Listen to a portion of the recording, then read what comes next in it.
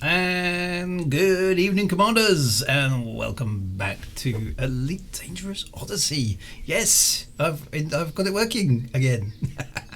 How are we doing? It is good to be back. It's Thursday. It's time to do some space stuff, and lovely to see so many of you in the chat already. It's always good to have you aboard for space shenanigans and general mucky about in space, which is what I'm going to be attempting to do this evening.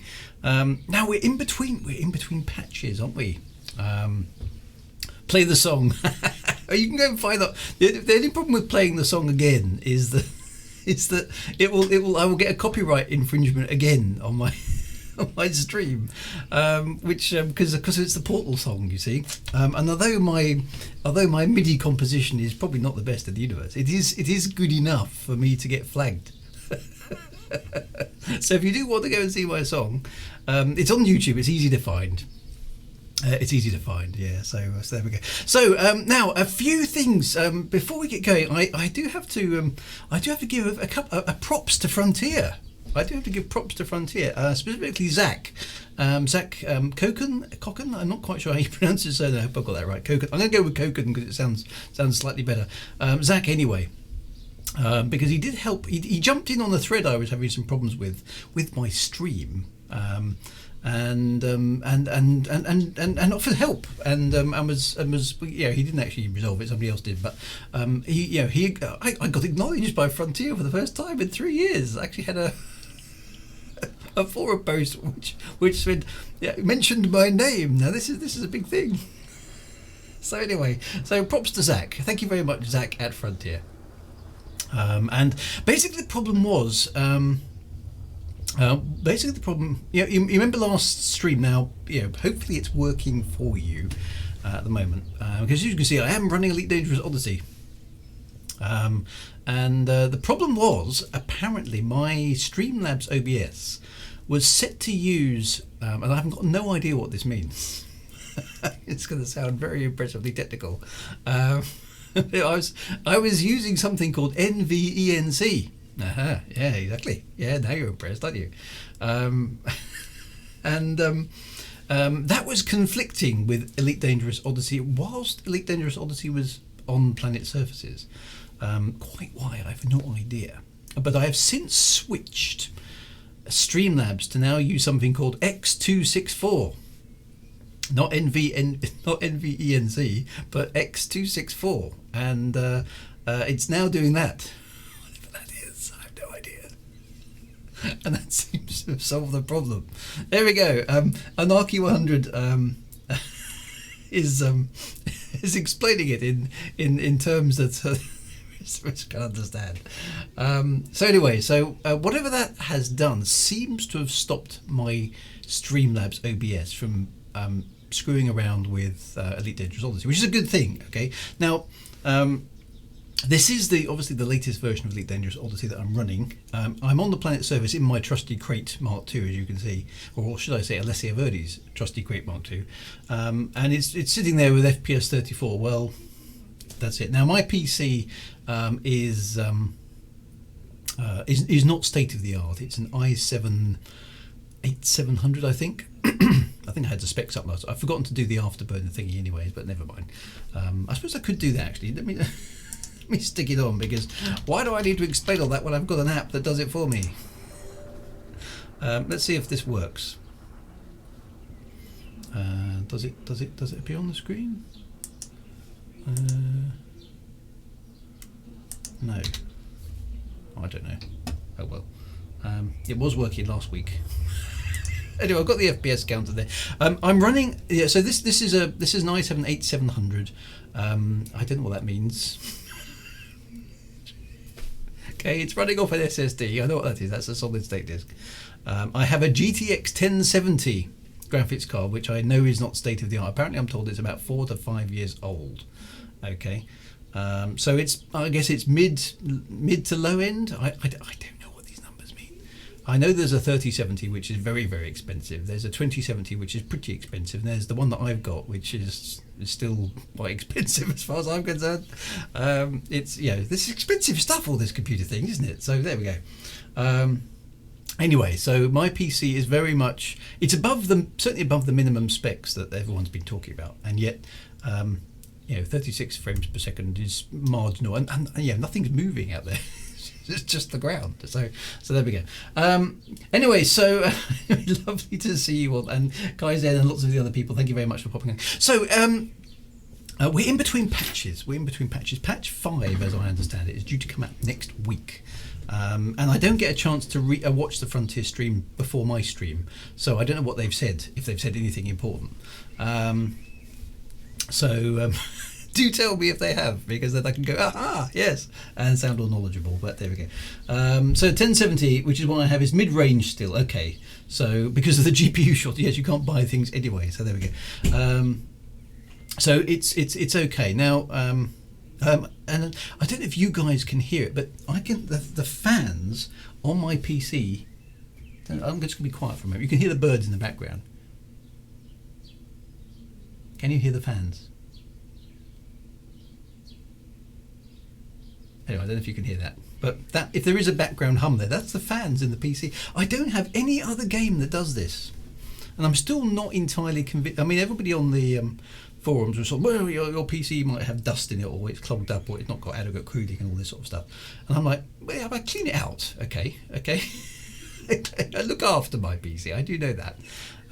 I've got Microsoft Flight Simulator and quite a few other reasonably, well, I would expect to be, games that are fairly demanding of a PC. None of them trigger the fans like Elite Dangerous Odyssey does. I don't know if that's just it, but anyway, it's an observation. I don't know enough to say A on A, but the fans, and they're getting louder now. I can hear them.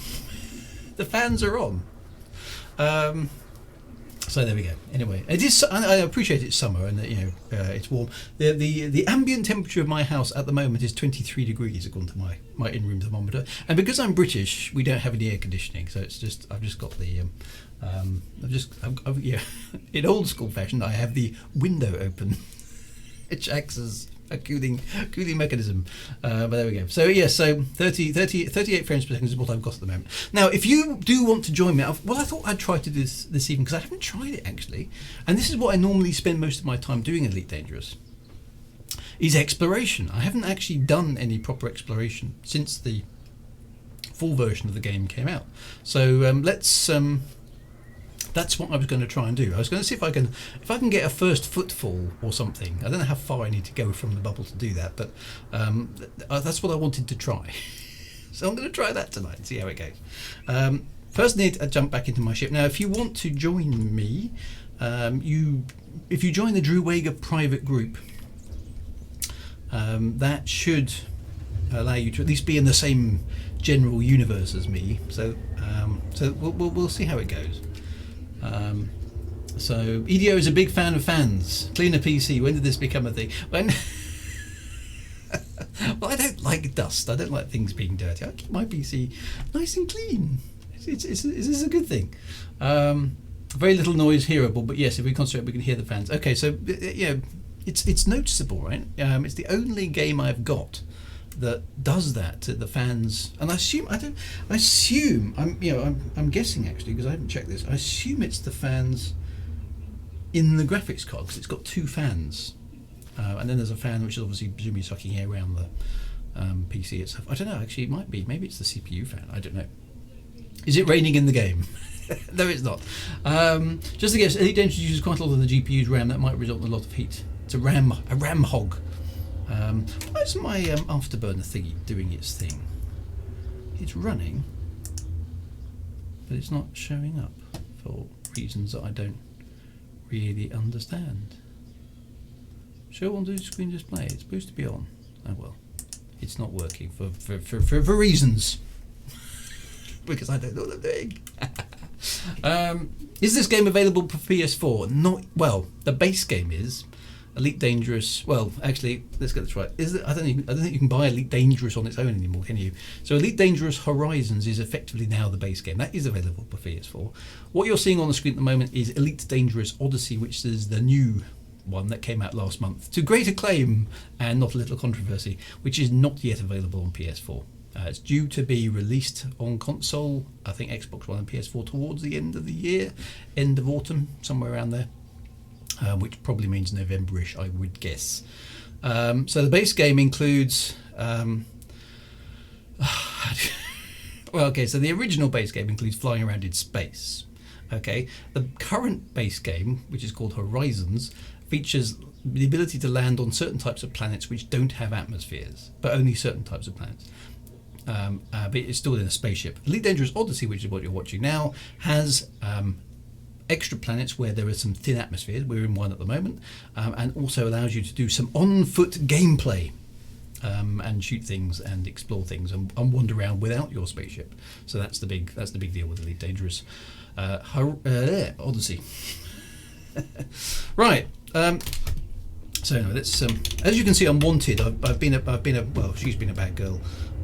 Now notice up here in space. This is interesting. Look, I mean, once I'm in orbit, or at least even at a decent altitude above the ground, FPS is 60 now. So that's good. But look at the ground. You see that? You can see it on this part. You guys can't probably... In that right-hand view, you can see sort of serrated lines. Actually, I've just noticed the chat's exactly in that spot. So let me fly over there. Look, can you see that on the ground? There's just repeating textures everywhere. It's like there's crop circles on the ground. It's just... And that... I don't know, that's just... That seems to happen a lot. It's just... You know, and your eye is... You know, human eyes are very good at picking out pattern recognition, and whenever I look at that, I just see crop circles, and it's very, it's kind of like, you know, it breaks your, dare I say it, immersion. I think that's the thing. Now, in order to do some exploration and try and do a first footfall, we need to, and the irony is, I'm wanted in this system, and this is my home system, which I actually designed. Because this was a Kickstarter reward from 2014. So I'm in a system that not only did I design, so I'm kind of God here, okay? I named everything. Named all the planets, named the space station, put the space station around a certain planet, and yet I'm wanted. There's nothing I could do about it. But there you go, never mind. So Ulexia is where I am. Now, I think I'm there for... Now this is the new UI. Need to switch power play on for a moment so I can get a feel for where there we are, power play. Okay, so view the shape of power in the galaxy. That's what I want to do. So why isn't it doing anything? Where's the old... What I want is the old view where it showed all the power play bubbles. Is that not... Does that not... Oh, there we go. Is that what I'm... Yeah. Okay, so that seems to have changed quite a lot. So based on that, I'm still in the bubble, aren't I? So I kind of need to go somewhere, hopefully not too far away, that I might have a chance at getting first footfall. So I don't want to go anywhere too obvious. So there's no point going towards any of the nebulas, because I'm just wondering, shall I just go straight up?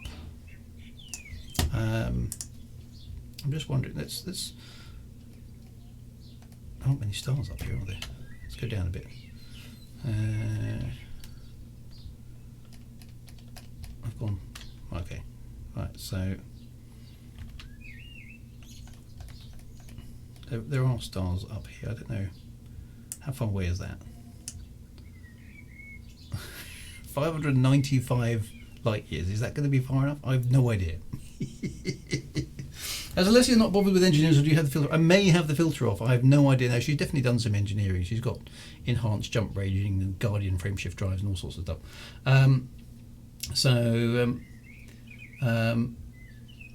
Drew, for your information, you can hear the thin atmosphere rustling by the cockpit once you start moving beyond 200 meters. I didn't notice that. Okay, so it's only 19. Well, let's start. I'm just going to head upwards in that direction. We'll see how it goes. So, if you are in the game and want to come along with me, then do feel free. We're sort of heading up from the bubble, and I just want to try doing exploration in Elite Dangerous Odyssey, because I haven't really tried that yet. Just want to kind of see how it goes. And chuck any questions in the chat about lore and stuff, anything that you want. Now that's interesting. Look, now the FPS counter was struggling a little bit in Hyperspace as well. So this is something that I've spotted. Is it the FPS is inconsistent? It's not always fast or slow. Sometimes it just runs back. Do I have a fuel? This isn't my first rodeo, I know I'm not the best pilot in the universe, but yes, this is a multi-purpose ship. And look at that Corona. That was blocky. What's going on there? It never used to look like that. I've even got my. Hopefully, I've got an FSS on board. Did I scan that? I think I did. There we go. So I'm just gonna do some random scan. I'm just gonna keep moving for a bit. So. Inviting people to join me on this journey and trying to get a first footfall seems. Yeah, I know. Hopefully, I'll find a planet which maybe you can just kind of all hover in orbit while I do my first footfall. Maybe that'll work. Do I have a fighter eating away at my profits? No, I've got nothing. This is a sort of multi-purpose ship, but I've never really got into the ship launch fighters and crew stuff. I haven't really done that. I'm a lone wolf sort of pilot that tend to fly. So this is Alessia's sort of multi-purpose ship. It kind of does everything. It's reasonably well armed. It's got a Guardian frameshift drive booster. Those Corona loops look very. You can see the polygons, so that's not right. Is that something else people have noticed?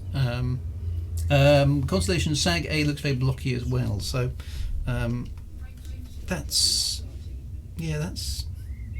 not quite. They've definitely done something. They've improved the space background. I'm definitely not noticing that being quite so dark anymore. It's definitely better than it was, but it's still not quite right. In Horizons, the Corona moves more. Yeah, Droid is Odyssey adding to the background lore story its opinion so far until there. Well, Ancillus, that's a very good question. So far, no. This is the short answer to that one. I haven't yet discovered much at all in the way of lore. Now I know, I'll caveat by saying that Galnet is still active and there are still stories being told, but in terms of new lore, new actual kind of stuff around the existing lore. I mean, let's take the big ones: Raxler, the Dark Wheel, that kind of stuff. No, I haven't seen anything about those at all. If you look in the Codex, which is kind of your lore repository, if you like, knowledge base, all of these topics here have not been updated. Okay, so there's like only 10. I mean, there should be dozens and dozens really, but these are just the same old bits of text as they were. So so there's no new background lore being added at the moment. Now, obviously, we do have new organisations. They show up in here. Okay, so some of the new stuff that you can do has been added in here. So I suppose you could argue that that's extra lore. It's kind of the in-game manual, but there's a bit of lore maybe. So if we look at settlements, for example, you can see a little bit about the sort of things that you find at a settlement, like a power socket. But it's kind of, this is the manual, really, isn't it? Okay, what does that do? Settlement types. It's all text. It's a bit kind of like, where's the funky GUI and all that kind of good stuff. So it's a bit dull. On the concourse, there's the various different organisations that have suddenly appeared have appeared. So if we clicked on Pioneer Supplies, with a wide range of suits, firearms and other equipment, perfect field of operations, Pioneer Supplies is popular with mercenaries. Who are they? Who are they owned by? Where do they come from? Which systems do they operate out of? How do their supply lines work? Where do they get their stuff? Why have they got a monopoly on all the starports? No idea. There's no law. Okay, so there's nothing in there, okay, other than they exist. We don't know anything about these organisations.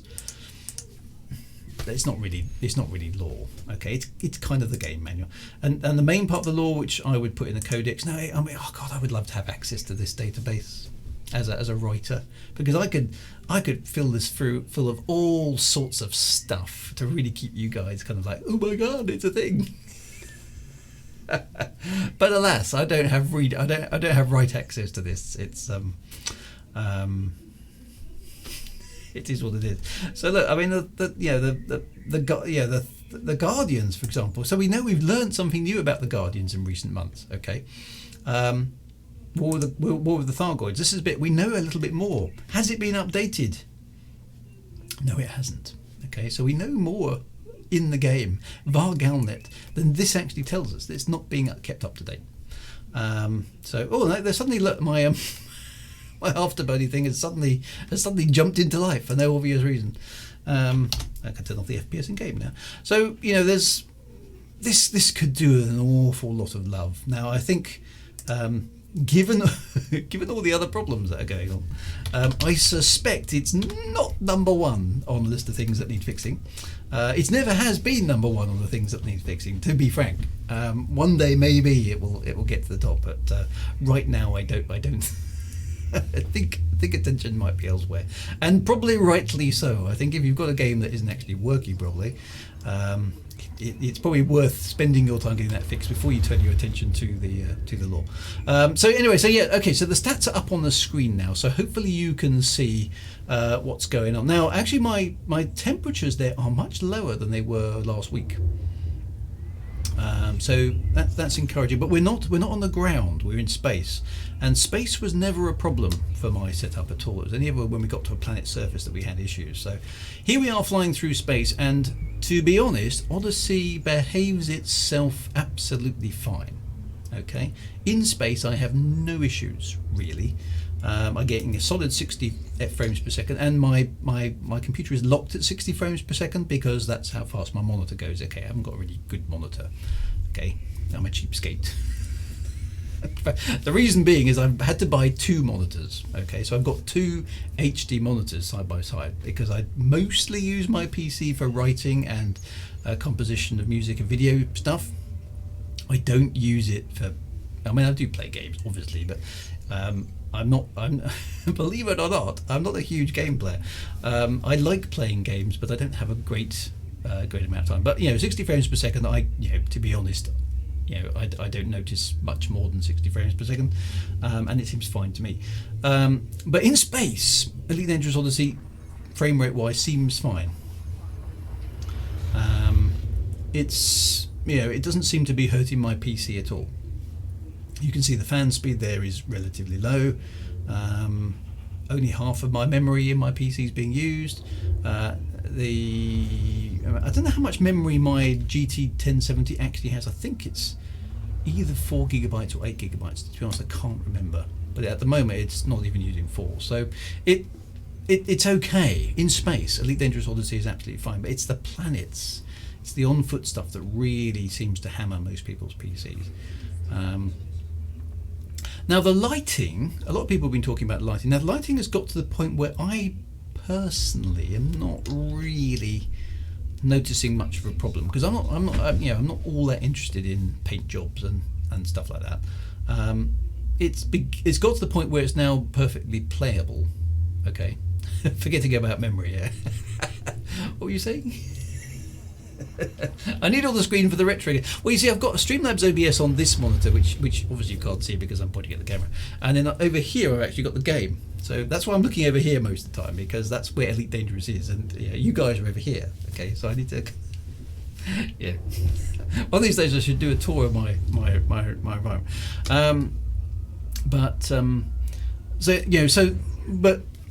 I'm. Certainly in the early days of Odyssey, I was looking at it thinking, Horizon looks so much better just in space. Now there are, like I said, there are a few gotchas. These coronal loops look awful. I mean, I can see the polygons, and that never used to happen. But generally, the sort of kind of ambience is getting there. I think, from my perspective, I'm not kind of looking at it thinking it looks awful. The stars still look a bit dim, but they're definitely brighter than they were. The in-game, I mean, look at the menus there. The HUD elements are a little bit dark still. Everything is still a bit dark. And I could play with the gamma and stuff, but I don't know what most of that stuff does, so I don't fiddle with it. I just leave it in the middle. So far so good. But in space seems to be behaving itself okay. I like that new hyperspace jump effect. They change that every few years. They update the hyperspace effects. Be interesting to see what a hyperdiction looks like with that new thing, if that's still a thing. I've got no idea where I'm going. How many jumps have I got? I've got 12 jumps before I'm vaguely in the vicinity of the random location that I selected. Should be 8 GB VRAM on a 1070. Okay, so it's using less than half. So, oops. Now I'm cooking my ship. So anyway, Elite Dangerous Odyssey in space doesn't seem to be giving my PC a hard time. And my PC is definitely not, state of the art. It's a few years old. And to be honest, Elite Dangerous Odyssey is the only game I've got that gives it a hard time at all. Not even Microsoft Flight Simulator does. Microsoft Flight Simulator actually on my PC is much more limited by the fact I've got crappy internet where I live. As a result of that, it can't download things fast enough from the internet to do all the kind of super duper train generation that it does. So I kind of have to hang around for a bit, download gigabytes of data overnight, and then play the game. So how many frames do I get whilst on the planet? Well, I've seen as low as 15.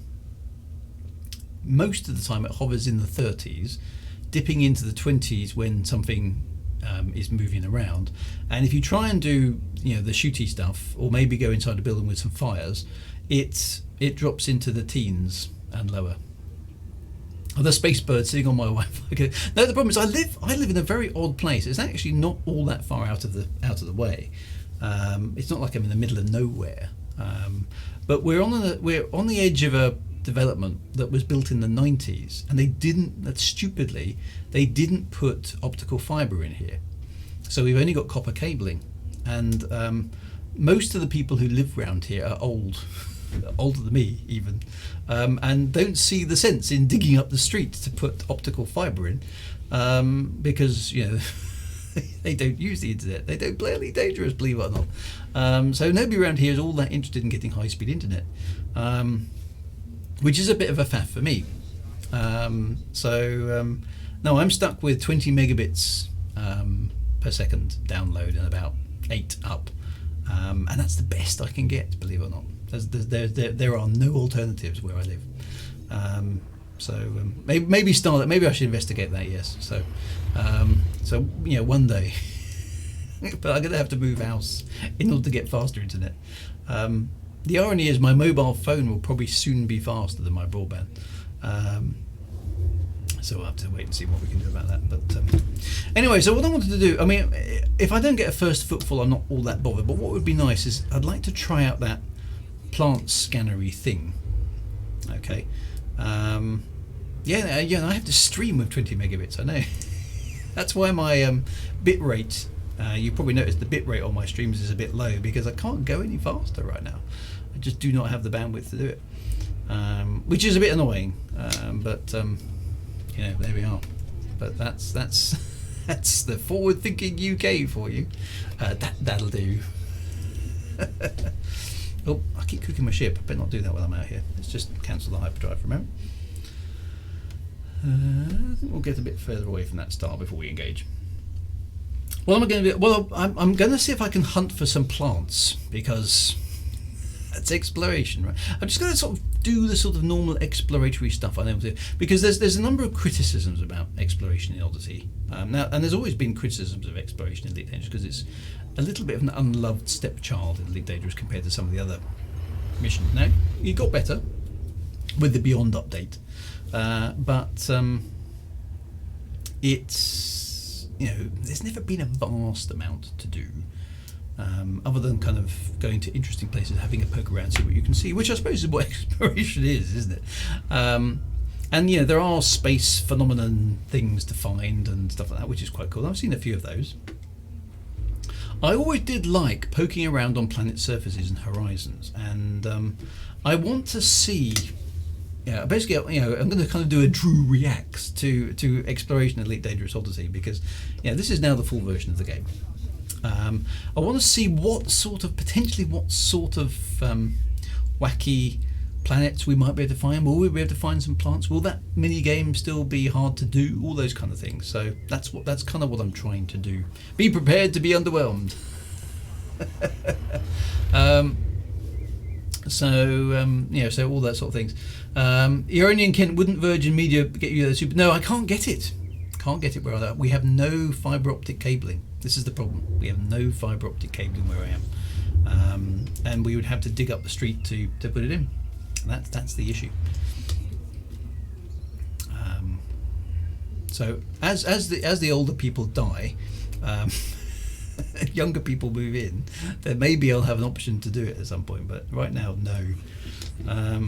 Right, how are we doing, by the way? Anyway, we are still 8 jumps out from wherever it was I was going to get to. So let's keep going. I'm going to move. I'm about 500 light years out of the bubble. I don't know if that's far enough to find a first footfall planet. We'll see how it goes. Oof, this is going to be painful to watch. This guy said. Not that bad. Come on, you'll be fine. So I've enjoyed the plants. Just wish we had more PG. Not too long until Starlink is an option for the internet. So we've got no fibre here, and I'm 2 or 3 miles from a major town. It's outrageous, really, but it's just lack of forward thinking by the people who built this estate. This development that I am.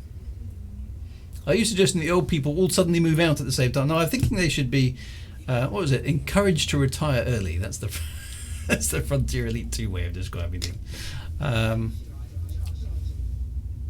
So anyway, I'm in the Rego RTL B510 system. That's where we go. Oh, procedural generation. Yeah, now that is disappointing, to be honest, because Mr. David Braben, OBE as he is, of course, is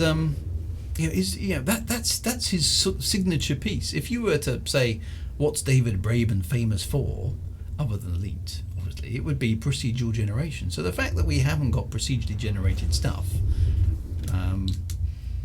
even at some of the planet's surface level, we've got repeating textures and things like that, and no procedurally generated plants. We know that there's a set variety of plants of maybe some different colours, but the graphics are going to be the same. Maybe scale differently, that kind of stuff, is a bit disappointing. It sort of just feels under ambitious, I suppose. It's kind of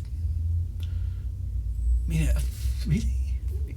It just doesn't feel like the sort of thing David Braben would do, based on kind of previous track record. Here's the guy who, with Ian Bell's help, built the, in the original Elite, which was a 32 kilobyte game, or actually 22 kilobytes, I think, in its BBC original version, had a galaxy of over 2,000 stars to go and explore on an 8-bit computer, including spaceships and planets and suns and alien invaders and stuff. Okay, so 22K because of the magic of procedural generation. And then in Frontier Elite 2, on a single floppy disk, David Braben was able to create a passable, pretty good, real. I mean, it's not realistic, but it's certainly representative is probably the right word. Simulation of the entire galaxy on a single floppy disk. Okay, procedural generation. And then in Elite, we get this amazing and frankly mind-bogglingly impressive Stellar Forge, which is in the locale of Sol, actually using real star data, and then beyond a certain point switches to procedural generation again and generates the entire 1-to-1 scale Milky Way. Damn, that's still impressive. Okay, but inside that, on the planet's surfaces, no, only 40 different types of, or whatever it is, we don't know, do we? Plants. It's like, that's just not good enough. I'm sorry. It's just not. It's not the same vision. It's not the same epicness. It's not the same scope. It's not the same. It, sorry, it's just not good enough. It's as simple as that. That's probably going on my list of things for David Braben, which is a big long list that I've been writing for the last 20 years. Things that David Braben needs to sort out. I think we're going to have to put the plants on that. Well, actually, I think I've just arrived, haven't I? Now, of course, whenever I go exploration, there's never anything to see, and as you can see, my target system has got nothing in it at all. So let's go and have a look around this general area and see if we can find something worth seeing. Because there are beautiful things in Elite Dangerous, but I never seem to end up anywhere near them. Ah dear. So anyway, so there we go. Right. Where are we? We're here. Well, let's try this. Oh, they fixed that bug as well. When you clicked on things, the map used to shift. That's nice. Well done, guys. That's worth having. So let's just jump there. So now I'm looking for some planets. Okay, now I'm looking. Just need some planets. Now there in the background, you can see the Magellanic Clouds, which is good. Yeah, they're correct. They're a thing. We can't get to them in Elite Dangerous because they're too far away, but there we go. I jumped on the 5G network a couple of weeks ago. My iPhone managed 768 megabits per second. Wow, see? It's me with my 20 megabits. I was thinking of getting a couple of tin cans. You remember? Have you ever tried that when you were a kid? Getting a couple of tin cans with a string. That's good. Right, is there anything in this? Oh, so there are some things in this system. Looks like there's some bases here because it's still populated. Actually, it says population 0. There is a landable. Look, there's a landable planet there with some rings. So that actually might, and it's got an atmosphere. Let's go there. Now, okay, so I've just because I don't know if it's anyone's been here before. Let's find out. So you see the Milky Way in the background there is now beginning to look much more like I remember it in Horizon. So they've definitely been playing with the. I've just realised that people have sent me some friend requests or something, and I probably haven't been answering them. Invites. There we go. There's a team Commander Wildcat. I've got some friend requests. Apologies for that. There we go. Let's go to this planet and see what it's like, and see what we get. So yeah, so the plant thing, procedural generation. Bit disappointed with that. Bit disappointed. I found the rebel base. I think that's the wrong franchise. Subtle. My cell phone's working much smoother after my first vaccine. Yeah, that hasn't helped my bandwidth. I've had my second shot actually, so that hasn't helped. Well, it hasn't helped my bandwidth anyway. Now, keep an eye as we approach the planet. Keep an eye on the old CPU and fan speed and all that sort of thing. Do I need to do the? I was going to do that when I was get close to it, because I have to remember the buttons. Kaizen, very, very good point. To be honest, I want a marriage between SC and NMS at this point. I'm a little underwhelmed with ED Beta C. I see what you did there. I played No Man's Sky. I bought No Man's Sky about 3 or 4 years ago. Never really had time to play with it. And I went into Steam the other day, and it's basically it needed updating. I think there's a new there was a new update called Prism or something. I wasn't really paying attention, to be honest. But anyway, it required updating, and so I updated it, and then I logged into it and thought I'll just give it a poke around. 3 hours later, I realised I'd really been enjoying myself in No Man's Sky, because I found that you could drill holes in the ground and make caves and discover things under the ground and discover plants and it was actually really good. I might have to do a stream on No Man's Sky because I was genuinely rather impressed by it. Now here we've got a planet. Right, I'm going to slow down to scanning speed. Now from what I recall about this, if this planet has got anything life-wise on it, I have to go into. I have to go. No, I'm still in analysis mode. How do I get into FSS mode? I've forgotten how to do this. Is it one of these buttons? There we go. No, that's the FS. Press and hold Joy 8. I don't know what Joy 8 is. Because none of my buttons have got numbers on them. Stupid computer. Right, let's go back out again. That's the scanner.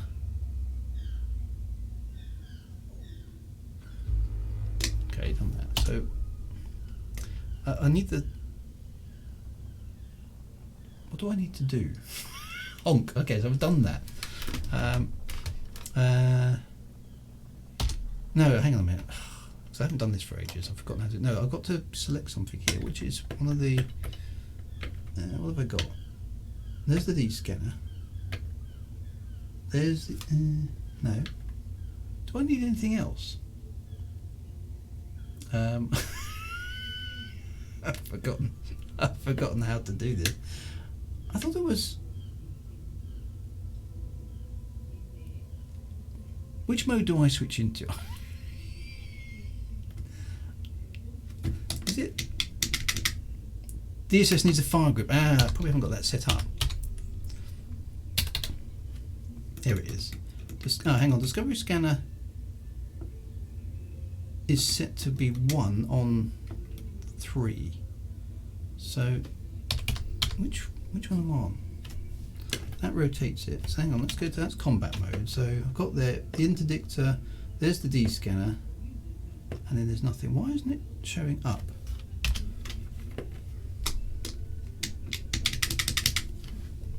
Fire, yeah. There's my fire groups. I'm not getting. It's the discovery scanner is on 1. Where's the? Do I even? If I go all this way, I don't actually have a surface scanner. I thought I put one on this ship. It doesn't look like I have. Is that something you... Oh, don't tell me I haven't bought one. I'm looking for a surface scanner. That's exactly what I'm looking for. I don't think I've got one on board the ship, have I? I assumed I'd set this up as an exploration ship and didn't check. I don't think I've got one. I'm just going to have to go down to the ground then, aren't I? I'm just going to have a poke around. Let's do that. I must have been flying a different ship. Just do it the old way. Yeah, I'm going to have to go down. I'm going to have to use the Mach 1 eyeballs. Someone else is scanning for me by the look of it. So let's go down. Now I want to land. We get the best screenies from the Terminator, don't we? Doesn't? Oh no, there is a little bit of texture on this planet. There's a long valley there. At least it looks like a long valley from this height. Let's go and see. I need a reminder how to play the game. That is a long valley, which is interesting. Let's go. There is a very thin atmosphere on this planet, so that's a bit of a feature. Where's the rings? There we go. Let's see if I can get a nice angle on the planet, such that we can sort of see the rings as we come down. If that someone is in your wing, you can use your scan. So how do I get into? Okay, so if someone's scanned it, how do I activate that? Use the FSS. It will tell you. Okay.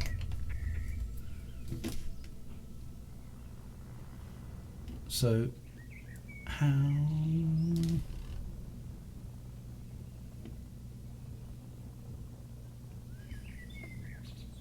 Just follow them down.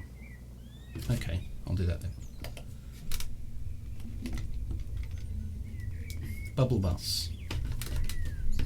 Okay, bubble bus. Commander Wildcat. I shall follow you down to the surface. It looks like they're staying in orbit at the moment. Okay, well let me head down to the surface with. Sounds like they're still firing. Probes about. I just want to land on the surface where we can get a nice view of the rings. Let's just see if there's anything down here. So I don't know if anybody's landed on this planet before. So let's find out. There's a bunch of distress beacons and an impact site. Bio-wise looks pretty much covered, so I'd assume any place will do for flowers. Okay, so let's see what we can find. Thank you for that in-game there. That's good.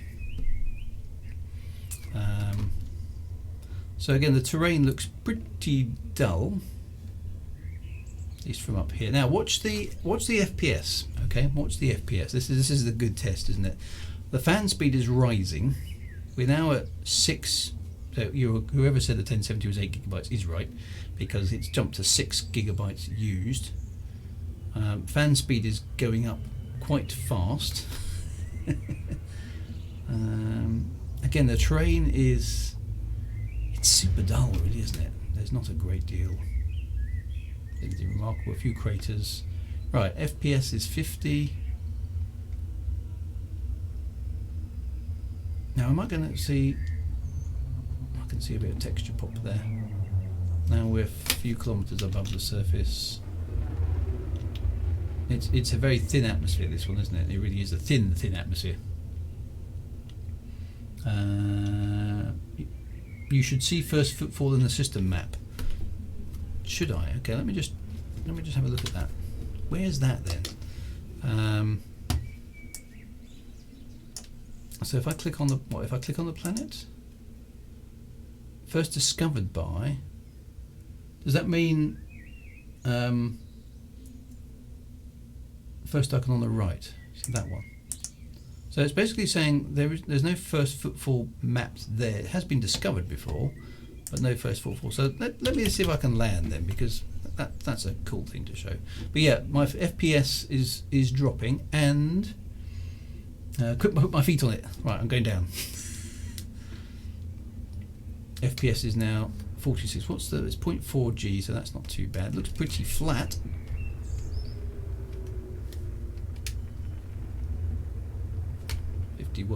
Yeah, and you can see how hard the graphics card is now having to work.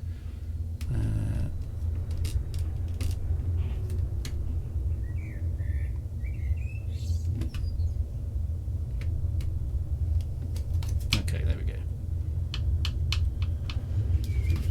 So if I disembark now, does it give me first footfall? Look at that, FPS 13.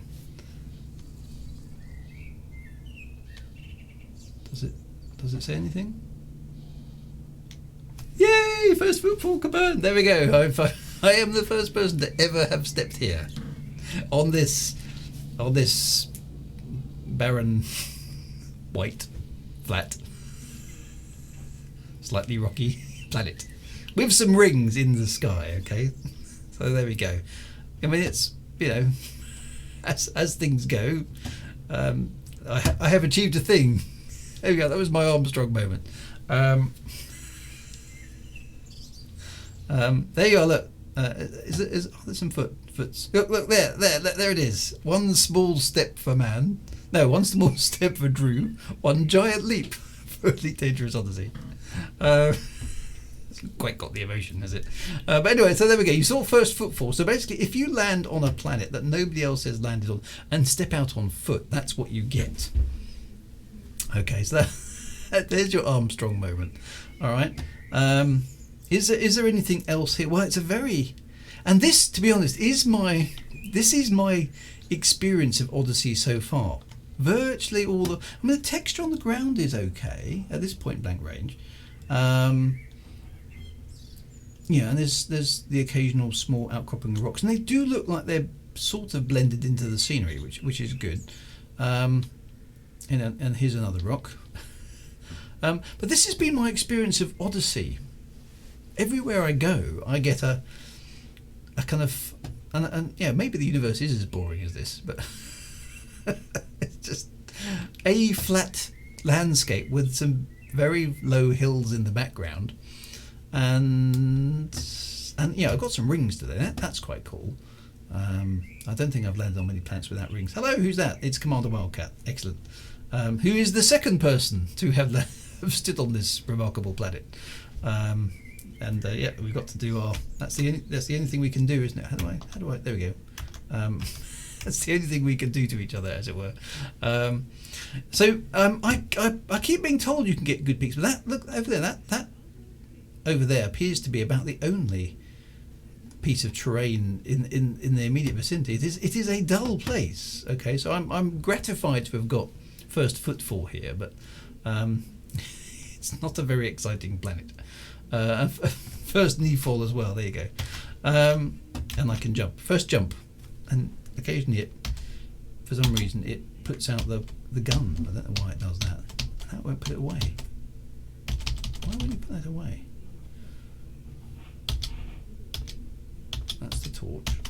H is for holster. Let me just check my keybinds. I haven't got screwed up again. This is much better, having them separated into different things. Where's the holster button? See, this has changed as well. Yeah, that's supposed to be I. That's supposed to be O. Open item wheel. I don't muck about the item. Where's right? Switch weapon. Select tools. This is all wrong. What's happened here? Holster weapon is supposed to be H. It's mucked up my keybinds again. Which it just seems to randomly do that sometimes. I don't know. Yep. Yelp review. See your shields. Yes. Mustn't forget the shields. Shields are good. So anyway, so I don't suggest we'll have a little bit quick fly around again. See if there's anything interesting here. I can see that Commander Wildcat's jumped back in their SRV, and yeah, that is quite good. That there's persistent tyre tracks, or at least for a while. So Commander Wildcat has driven over there and presumably gone that way somewhere. Now on this barren planet, the FPS isn't too bad. Okay, look, it's 48. I can hear the fans on my PC again. Oh, there's the SRV's come back. I think I saw a reflection of it. There it is. There we go. Look, and I can follow where they went because I can follow the tracks, which I think is quite a nice feature. There we go. And I'll flash my torch at them. There we go. So, and I've also found, and this is a thing that does seem to be working better than Horizons, is that the instancing seems, at least to me, on the basis of the playing that I've done, much more stable. Anyway, so clear for boarding. There we go. So I don't like that beam up thing, but we talked about that as well. So yeah, so you can see the fan speed has jumped up there, but I'm getting reasonable frame rates at the moment. It's definitely better than it was, but I can definitely hear those fans. So any clues? Now there's a sort of vague bit of mountain over there, isn't there? But I don't think this is a very interesting planet. There's a bit of whiteness over there in that crater. I don't know if we're going to find any plants here. Smaller planets tend to have better scenery, so I suppose a larger planet is going to have generally flatter things unless there's some activity going on. So there's a crater here. There's some white stuff over there. I don't know if that's interesting. Let's just have a fly over there and see if there's anything interesting there. If it's an outcrop or something.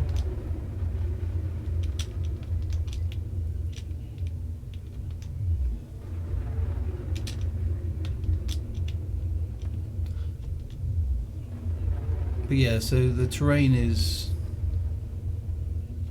well, it's a bit dull. You might find a space blackbird, yeah, so apologies for the space birds. The space birds are well-known things on my stream. There's texture popping going on there. So why are these rocks all glowy like that? Is that a thing, or is that just an artifact? Let's just slow down. No, so look at what's going on there. It's a sort of weird shimmery sort of thing which disappears as you get close, and a lot of texture, but that looks like vaguely interesting terrain. So I'm just going to see if I can land there and have a quick poke around. I don't know how high those mountains are.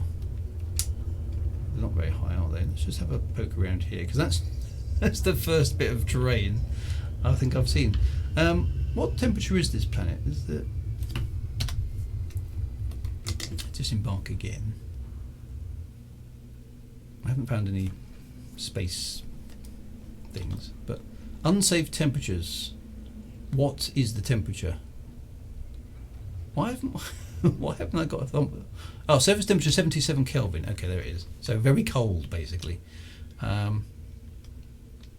Okay, 150 meters per second below 100 meters is the optimal for the level of duty. You won't see plants otherwise. Okay, so there's no way for me to see plants from higher up.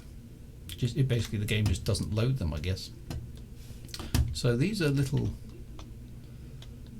rocks. The irony is here, of course, and you can see that the level of LOD is popping as I get close. I quite like that. Look, you can see a sort of icy shimmer there. That's quite nice.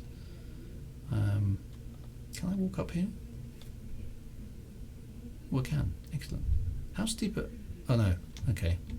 So at a certain steepness, I just sort of. What does that look like externally? Oh, hang on. Very, very FPS-y.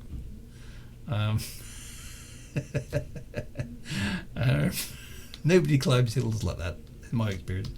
I can't get that. Can't get a different angle. It's just okay. So it's too steep. Now, can I use my jetpack to go? Oh, I can. I've got the wrong jetpack on, I think. I should have switched. Tell you what, I'm going to switch to my Artemis suit, which is back over there in the spaceship. Should have checked that. Ice has reflection if it's an icy surface. Mag boots don't work. No, that's right. Let's put on a better spacesuit, because I think I've probably got the wrong one. I have got all of them in my outfitting. So let's just go back and board the ship a moment. Oh, go away, sticky keys. Most useless feature in Windows gets activated all the time. The sticky keys. You press the shift button 3 times in a row. Do you want to activate something? No, go away. Right, loadouts. So I was using the flight suit there for some reason, or the combat. So anyway, I want the exploration suit, don't I? There we go. Disembark. So this one's got a bit of, I think, ability to boost. So let's go back over to this mountain. I want to climb a mountain. That's what I want to do. Sprint and jump. It's faster and takes less energy. Yeah, it does, doesn't it?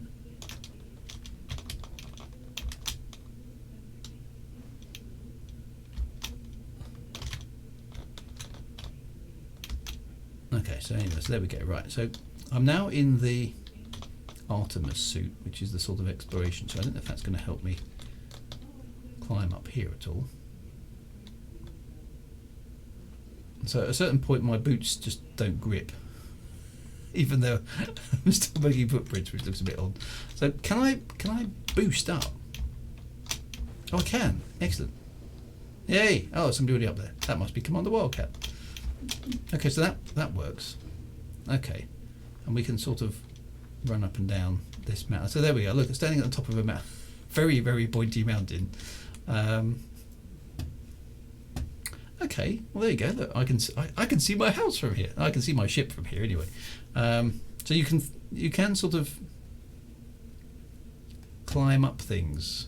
Okay, and presumably we could jump down there. Oh, there's this SRV down there.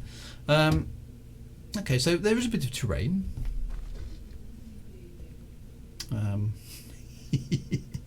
And I'm presuming I can jump off here. Does that kill me if I drop that far? Then what? There's no. Why has my gun come out? Put the gun away. I don't know. The text. Look at the texture. The texture's really nice, but the rest of it just, to me, just looks like a glorified hype map. It's not very. It doesn't look very sophisticated. So. Oh, there we are. I've fallen off the side anyway. Whee! Okay, it doesn't hurt. Okay, fair enough. And I do remember David Braben back in the Kickstarter days, okay, going, the one thing that we won't do is just put a basic hype map out there and then wrap some textures on it. It's like,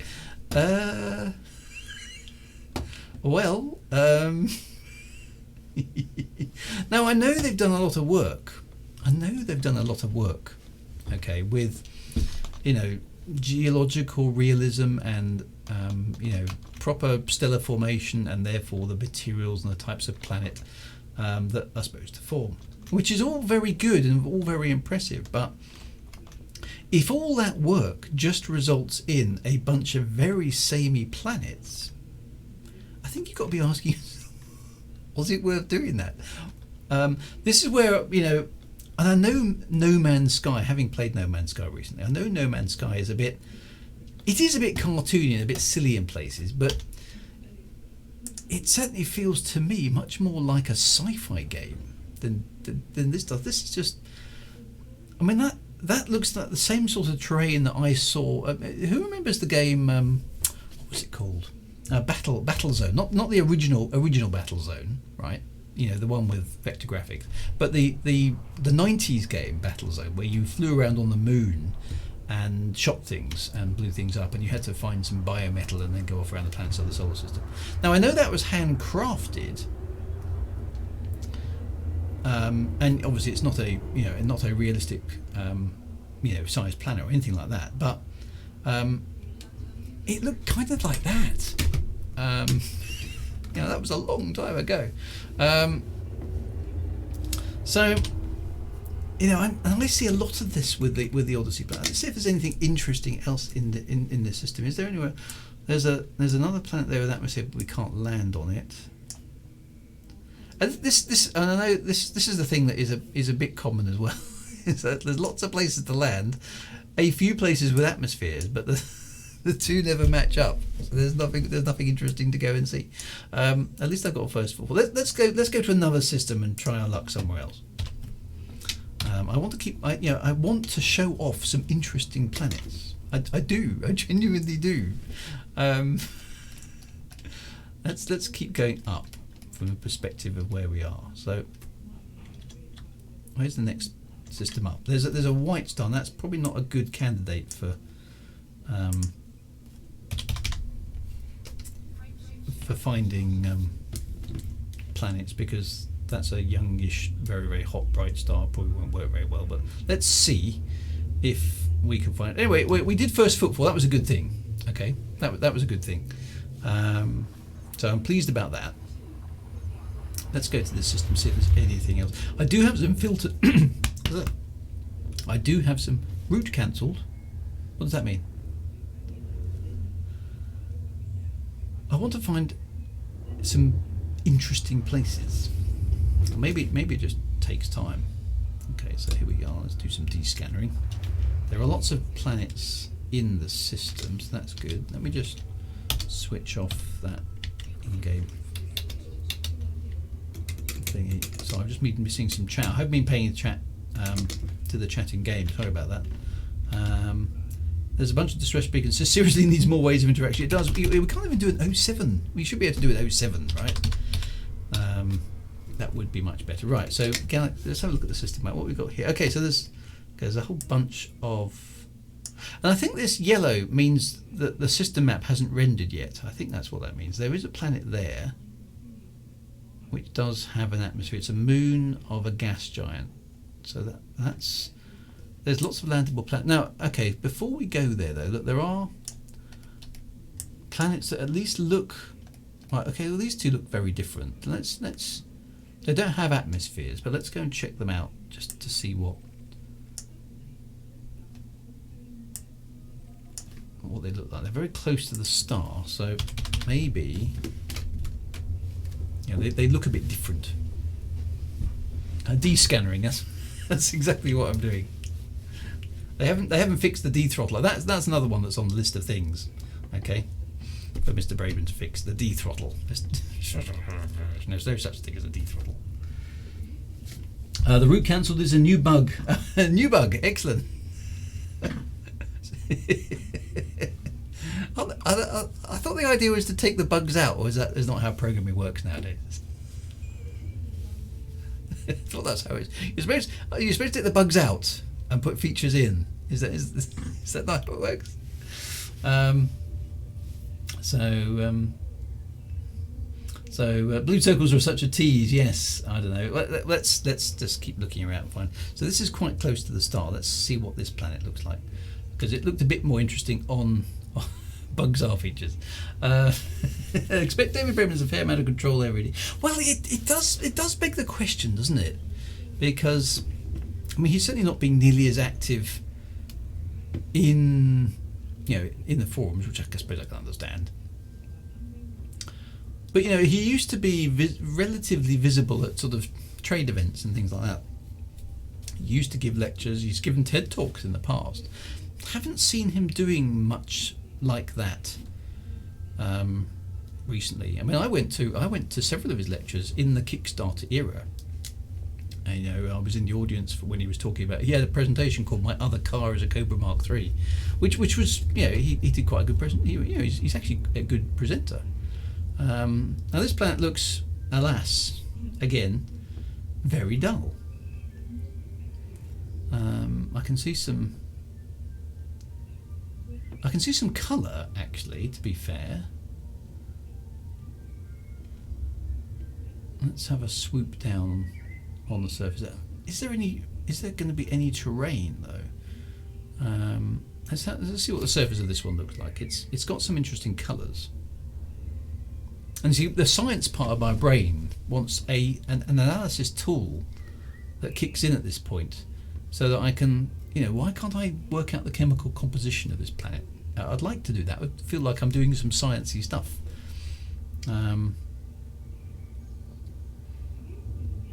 So let's just go down here. I'm going to stick near the Terminator to give it maximum contrast. Next week's dev stream will be pretty important. I think we'll see DB pop. Well, maybe we will. That would be quite cool, wouldn't it? Now there's a what's that line there?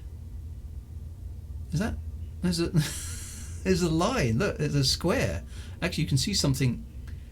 Is that? Look at that. That's. It's a very, very, very sharp line. Now, if one of the Voyager. If one of the Voyager space sharks, if one of the Voyager spaceships had seen a line like that in space, that would be very interesting indeed. It's another bug. So, the terrain here looks a little. It's not resolving itself, is it? I wonder if that's going to be. I wonder if I can land on it. Can I land on this line?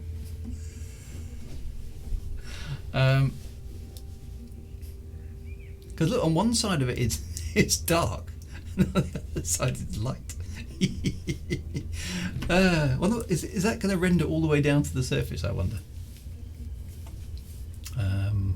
It's the board casting. It looks like it, doesn't it? It doesn't look exactly. Right, it's dropping from orbital cruise. Is it going to resolve itself? It's not. Look. Oh, it is. Look, it's sort of fading away as I get close. So it's disappearing with the level of duty. Now the ground there does look quite cool. Okay, so this is a bit more interesting. That looks odd, doesn't it? With that, yeah, it's disappearing into the distance. Now are those? They look like little chasms in the ground, don't they? Are they repeating textures, or are they different? You can see a lot of pop as the graphics load.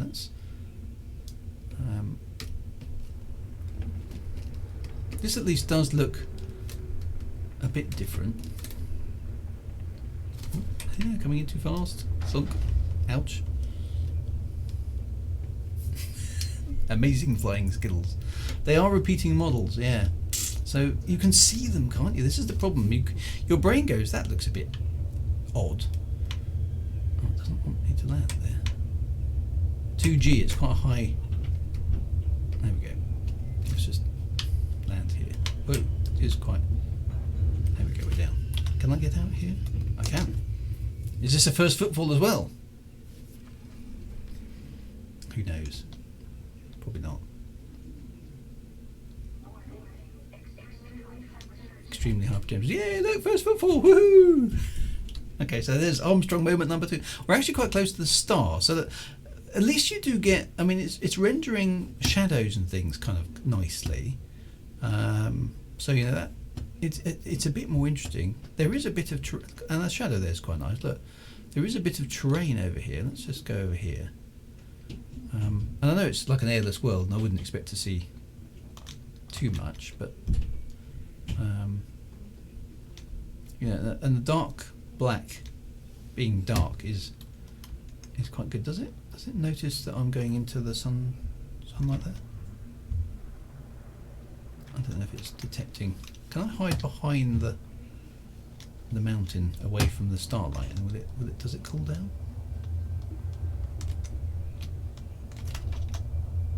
Doesn't notice it from there, but so yeah, that's quite good. Now the frame rate here is perfectly okay. Well, I mean, it's not perfect, but it's okay. There you go. The temperature's gone to 724 in the shadows. What was it out in the sun? Just sorry, I got that wrong, I think. Let's just go back out in the sun.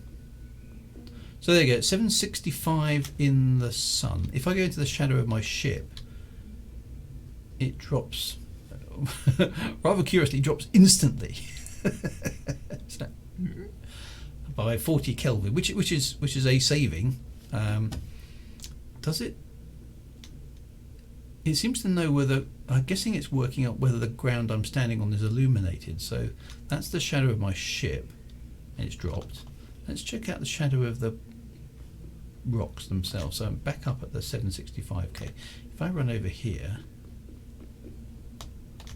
there's a nice big patch of shadow here, which I should be in. Oh, it does, look, 724. That's quite impressive, actually. It's worked out that I'm in the shadow. So there could be some gameplay associated with that if somebody had used their imagination. What's moving there? Oh, it's look at that, and there's the ship casting a shadow. So all that stuff works rather well. Look at that. I mean, that's quite spooky. Look, there's a ship. Is that an anaconda? Stop getting your gun out, woman. So that works quite well. The shadows being cast are nicely drawn. They're even slightly fuzzy around the edges, which of course is right when the sun is that large. So that's quite good. Keep the guns out. Boom. Now put the gun away. So, and the ground textures look good. They've got relief in them because there's a bit of dust being blown out by the ship. So that's quite good. That's actually quite good. Yes, she is a criminal. That's a good point. So and now we've got one person on foot at least. Somebody over there. We've got an anaconda flying around over there. We've got another ship parked. There's somebody on foot over there. I'm on ultra, okay, and I'm getting 40 frames per second fairly consistently. Although my CPU, not the CPU, the GPU is working quite hard. It's definitely all right. I'm not really noticing the FPS drop too much when I'm playing here. I'm noticing the number more than I am any actual fix. So that's good. Okay, that's better. But it's still quite a dull play. So things like that adding to my emotion. I do feel like that there's a fair bit of attention to detail there. Let's check out another planet. Let's just keep looking through that system. There is a bit of variety here, so let's check the next planet out, which on the system map did look quite a lot different. Is it actually going to be in reality quite a lot different? It was this one. So that's the planet we're on, which looks sort of very pixelated for the moment. Look at that, first footfall by Alessia Verdi. Okay, so that is fairly close to how it looked in. Again, this one looks very different when it loads. Come on, there we go. All right, well, that's where we're going anyway. Let's go there and see if we can just find some variety. So that I felt actually worked quite well, apart from that weird line thing. So there's clearly lots of bugs. We're going over there, 237 light seconds away. So So for those of you who are flying around, do try and keep up. That's it. You know where I'm going. I'm easy to track.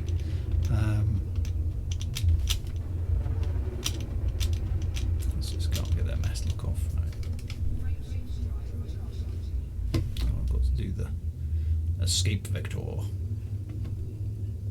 don't know why we need an escape vector. Why can't we just enter frame shift?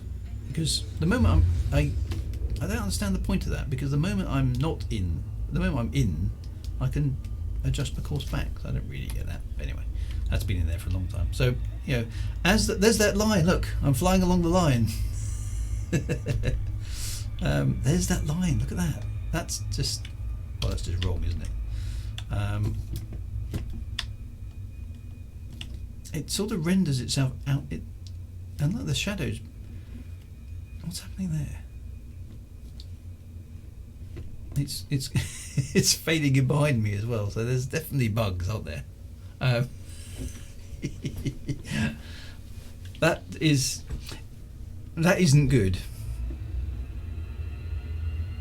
And how long that persists for as I fly away from the planet, quite interesting to see. I mean, take that out of the way. That looks all right. Although those, you see down there, those sort of striations in the ground do look very, very similar. And I suppose maybe they would. Who's to say? But that line is very, very odd, isn't it? What's that over there? Is that? Oh, that's somebody else's frame shift drive. Okay. I wonder what that was. Look, there was that. It's like a spooky sort of tendrily thing on the surface. I thought, well, maybe I found something. No, it's somebody's frame shift drive. Look. That looks a bit weird. It's like something's beaming down. Right, there we go. It's starting to accelerate away. Will that line just fade away as we get? Yeah, it does. It sort of fades away as we get further away. Odd.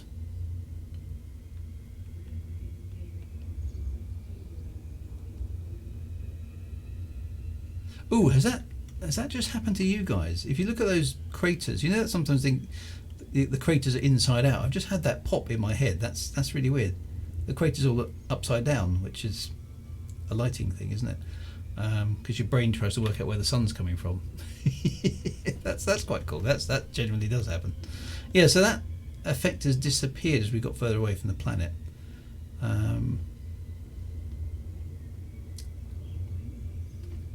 I think the reason for the pop of the craters is that our brains are sort of hardwired to assume light is coming from above. So yeah, that works, because that's genuinely a thing.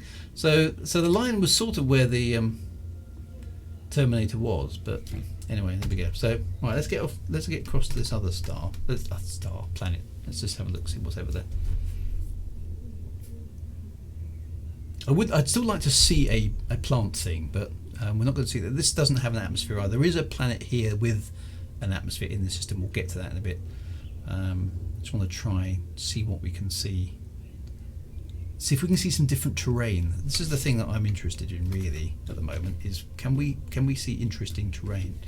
So according to the system map, this should look radically different to the planet we were just on. Look at the difference there.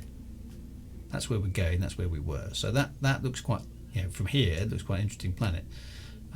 Everything else is just an icy moon as far as I can work out. And the one interesting one that you wouldn't mind going to have a look at, you can't.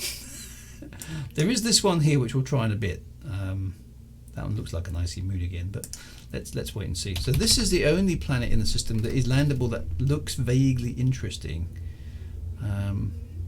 Let's see what it's like. We've got a couple of first footfalls. So what's nice about that is we only had to go like 500 light years from the bubble, which is nothing. Okay, in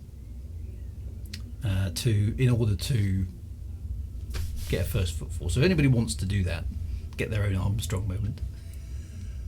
It's not, you don't have to go very far. Okay,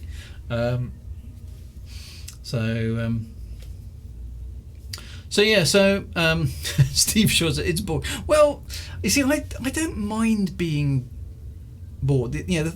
However, the thing I will say, having played No Man's Sky, I don't want to bang around about, because this is an Elite Dangerous stream, not a No Man's Sky stream. I don't want to bang on about that too much. What's that? What is that?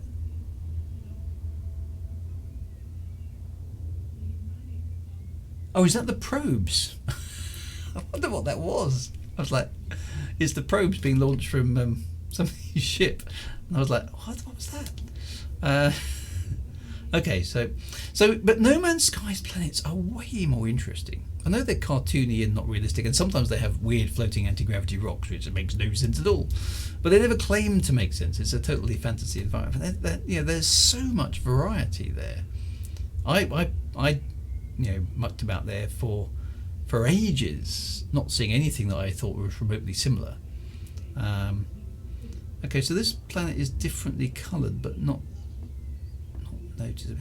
There's just what there isn't here is aren't any mountain ranges. There's colour. Is that a mountain there? There's a nice big crater up there, which I suppose we could go and have a look at. The topography is very flat.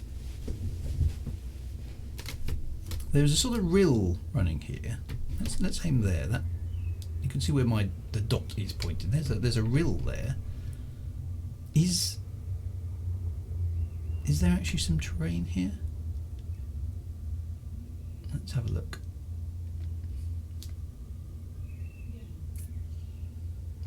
One of the things that the irony of this to me is, as a sort of somebody who's interested in planetary exploration, is when they were doing the Viking landers. I mean, this is going back in the 1970s when they were doing the Viking landers on Mars. They had to deliberately land in the most boring places they could find, just for safety. Okay. Because they wanted to go to interesting places, but they knew the chances are they'd wreck the spaceship, so they had to land in the most boring. See, that was an interesting feature from orbit, but it doesn't appear to be a valley. It just appears to be some colour on the surface. And this is the thing: the planets look quite good from a certain height, and then as you get closer, the features resolve into, well, I mean, there's nothing really there. There is some what looks like fairly tough terrain on the right, and there's colour there, but I was hoping that would be a valley, and it just isn't, is it? It's just some colour. That's a crater there. This terrain on the right does look very rough though, and there's lots of little holes and things.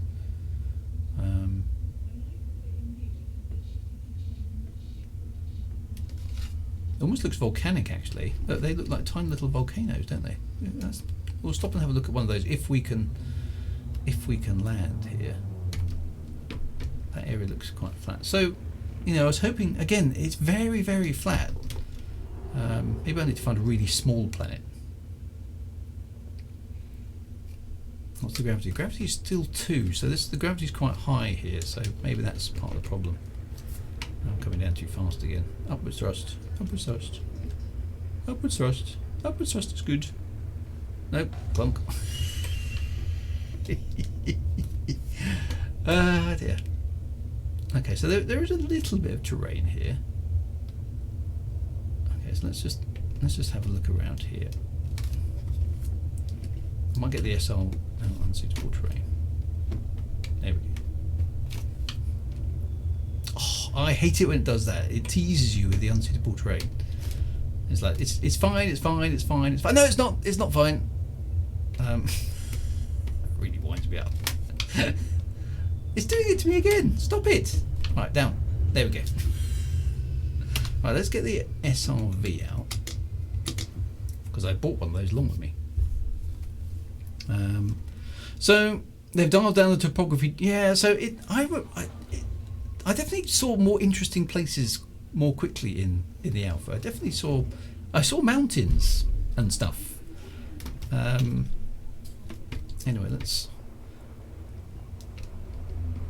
I presume I've come out the back of the ship here, haven't I? I think that's how. So there's some interesting stuff potentially over here. Let's try. So again, we're on the surface now in the SRV. 50 frames per second is okay. I'd like it to be 60, but it's not stopping me from doing anything. as you can see, there's a curious sort of grid system appearing on the SRV scanner. Not sure what that is. Is that a texture boundary of some kind, or I don't know. I wonder if the next patch will fix some of the issues with the planetary tech. I don't have my hopes. Well, they definitely seem to have dialed it down since the alpha, which is a bit of a shame because it looked quite interesting in the alpha. Although it was very, very hard to drive around in the SRV. These mountains are actually bigger than they look, aren't they? Because it's taken me quite a long time to get to them in the SRV. So they obviously are bigger than they look.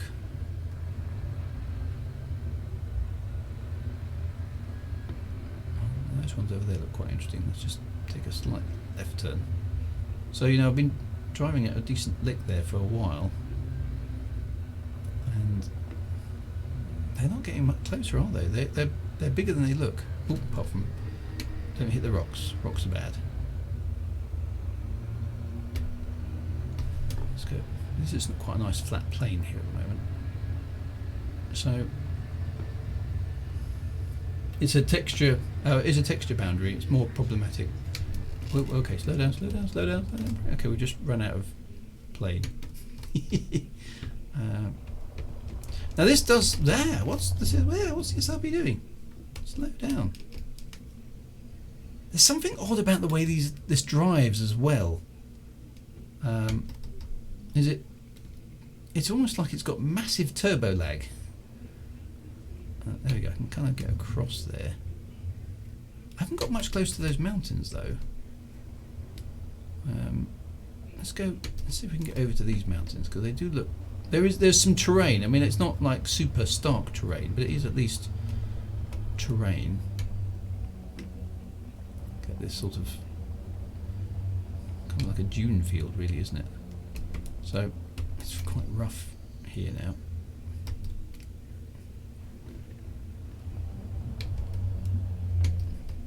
I have to. Now this does feel like I'm, you know, to be honest, don't go too fast. I'm going to damage my SRV if I'm not careful. This does feel like I'm driving over a reasonable alien planet, to be fair, because I'm having to think about which route. I'm sort of trying to go straight, which is not the best way around. So really what I should do here, do you see that? As I reverse, it doesn't engage for a moment. Commander Johnson Sky is heading in the right direction. To get to that mountain, we kind of want to go through here.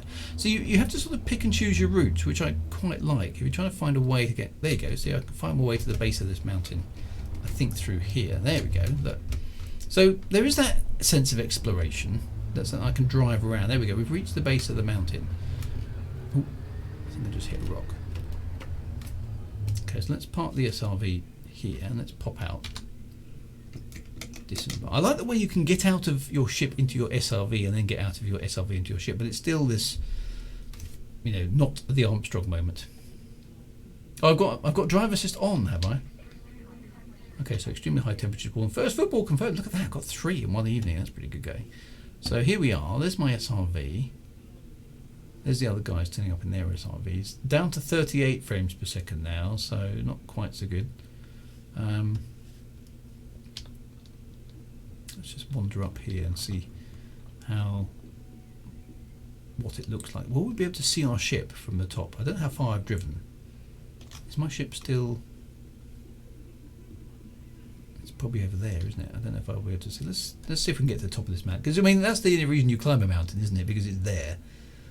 Nice bit of lens flare there. Then the sun goes behind. Does the temperature drop? I think it did there. So that's... Oh, where's my backpack? Oh, there it is.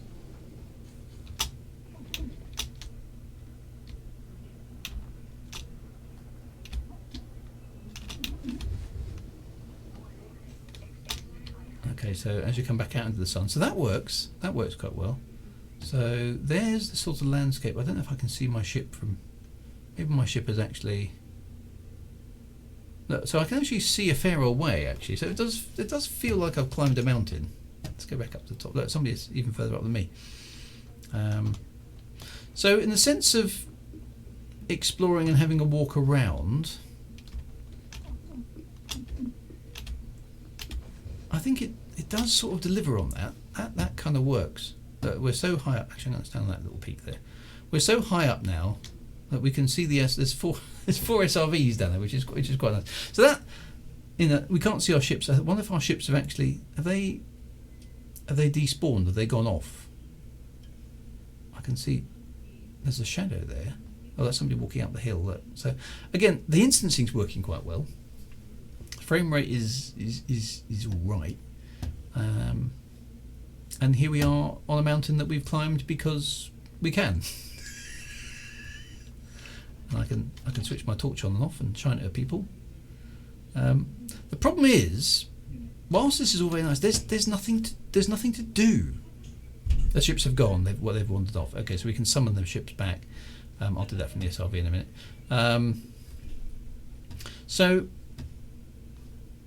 I'd like to be able to analyse these rocks.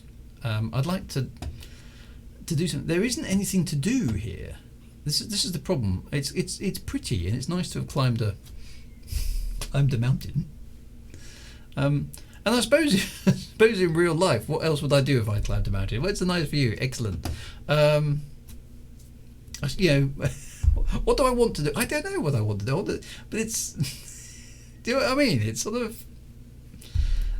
Yay! We've landed on the alien world. Okay, everybody's seen enough. Let's go. I don't know. I'm not quite sure what I want. This is the problem. But whatever it isn't. I don't know. I want. See, if this was No Man's Sky, I would probably drill a hole in the ground and find some weird plant things in a cavern underneath. And of course, I can't interact with the environment. After climbing a mountain on a 2G planet, you should be taking a nap. Yeah, I don't know quite how that works. So I can sort of glide down, but it instantly drops me out of the surface, which is, I suppose, quite realistic. So the question, okay, Drew, what do you want to do on such a planet? It's an airless, barren planet. What do you expect to do? It's a very good question. I don't know. What do I want to do? I'm not sure. I just feel there should be something to do. This is the 34th century. I should have some. I should have some cool I should have some cool high-tech gizmos to do some high-tech stuff. I'd like to. You know what I'd like to do? See what I'd like to do. See that rock? See these little rocks here?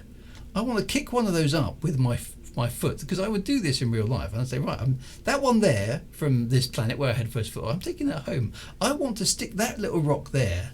I want to stick it on my dashboard of my ship, saying, there's a rock. I found that rock. That's mine. I don't know. I want to take a pebble home with me. That's what I want to do. Mining. Yeah, mining. Why can't I... why can't I tell you what I'd like to? That's a very good suggestion. Mining and science. Okay, what I'd like to do is I'd like to leave a thing on the surface. Okay, that would maybe drill a hole, and then in a couple of hours or so, or maybe 5 minutes or something like that, I'd come back and be able to read it, and it would say the composition of this area is da da da da. I've detected some earthquakes, blah blah blah, seismic survey or something. All those sort of things. I'd like to do some science while I'm here. Or mining. I've just detected a beryllium deposit. Would you like to collect it? Yes, that would be great. The mining has started. That sort of stuff would make me feel like there was a reason for coming down here, other than, yes, it's quite pretty, but at the end of the day, it's a relatively flat, barren planet. Let me summon my ship back. How do I do that? Recall. There we go. So can I step back outside and watch my ship arrive? Drive assist off. What does that mean? So here's my ship. So there's my SRV. Oh, there's a ship. That's not my ship. Where's my ship? Gravity's high. Atmosphere no. SRV. Where's my ship? Oh, no, that's not my ship. My ship doesn't have red thrusters. There's my ship. Look, my ship's coming down. Excellent. So I can get out. That's quite cool. I can Yeah, the MB4 mine. Why isn't there the MB4 mining machine? Just don't leave. So can I? I suppose can I do that? Can I get into my ship and accidentally leave my SRV behind?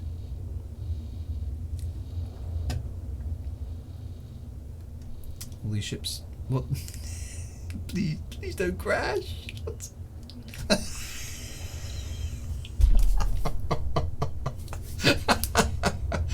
Oops! They're trying to land on top of each other. They're stupid. What are they doing? Don't! Why? There's plenty of space over there. Don't land so close.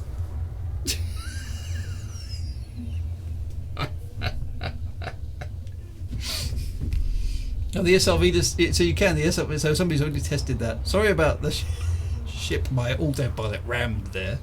I won't do that. I want to keep my SRV. And this SRV has got a paint job of some kind, hasn't it? Presumably that's not working very well because it looks like a sort of weird. I don't know what that looks like. How do I get back in? Oh, there we are. All right. So I board my SRV. Parked in a rowdy neighbourhood. I'll come back and find my. Yeah, I've got driver assist on. I need to switch that off. What's that? D? There we go. Right, let's get back in the ship. Now there is another planet in the system that has an atmosphere, so let's see if that's any more interesting than these worlds.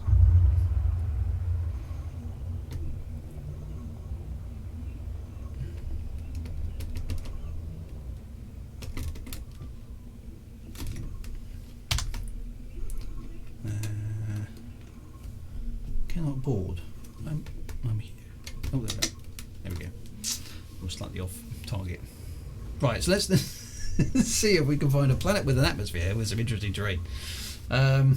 Might be nice to have a mission of the moment. Planet name here needs. Yeah, you see, there's nothing other than sort of interact with the outpost missions. There's no missions out here. Either go and get a sample. Go and get an atmospheric sample. Go and get a surface sample from planet XYZ, so and so and so forth, because we want to study it for, I don't know, microbes or something. Why aren't those sort of things in the game? It is all pew pew stuff, or activate a settlement, or steal this thing. You know, with all this infinite space, I'd love to take some sciencey missions. Go and catalogue, you know, a bunch of planets around a G-type star, you know, a certain distance from the bubble, or you know, get some readings of the solar flux from an A-type star, you know, at a certain distance from the planet's surface, or it's just sciencey stuff. Why can't we do some sciencey stuff?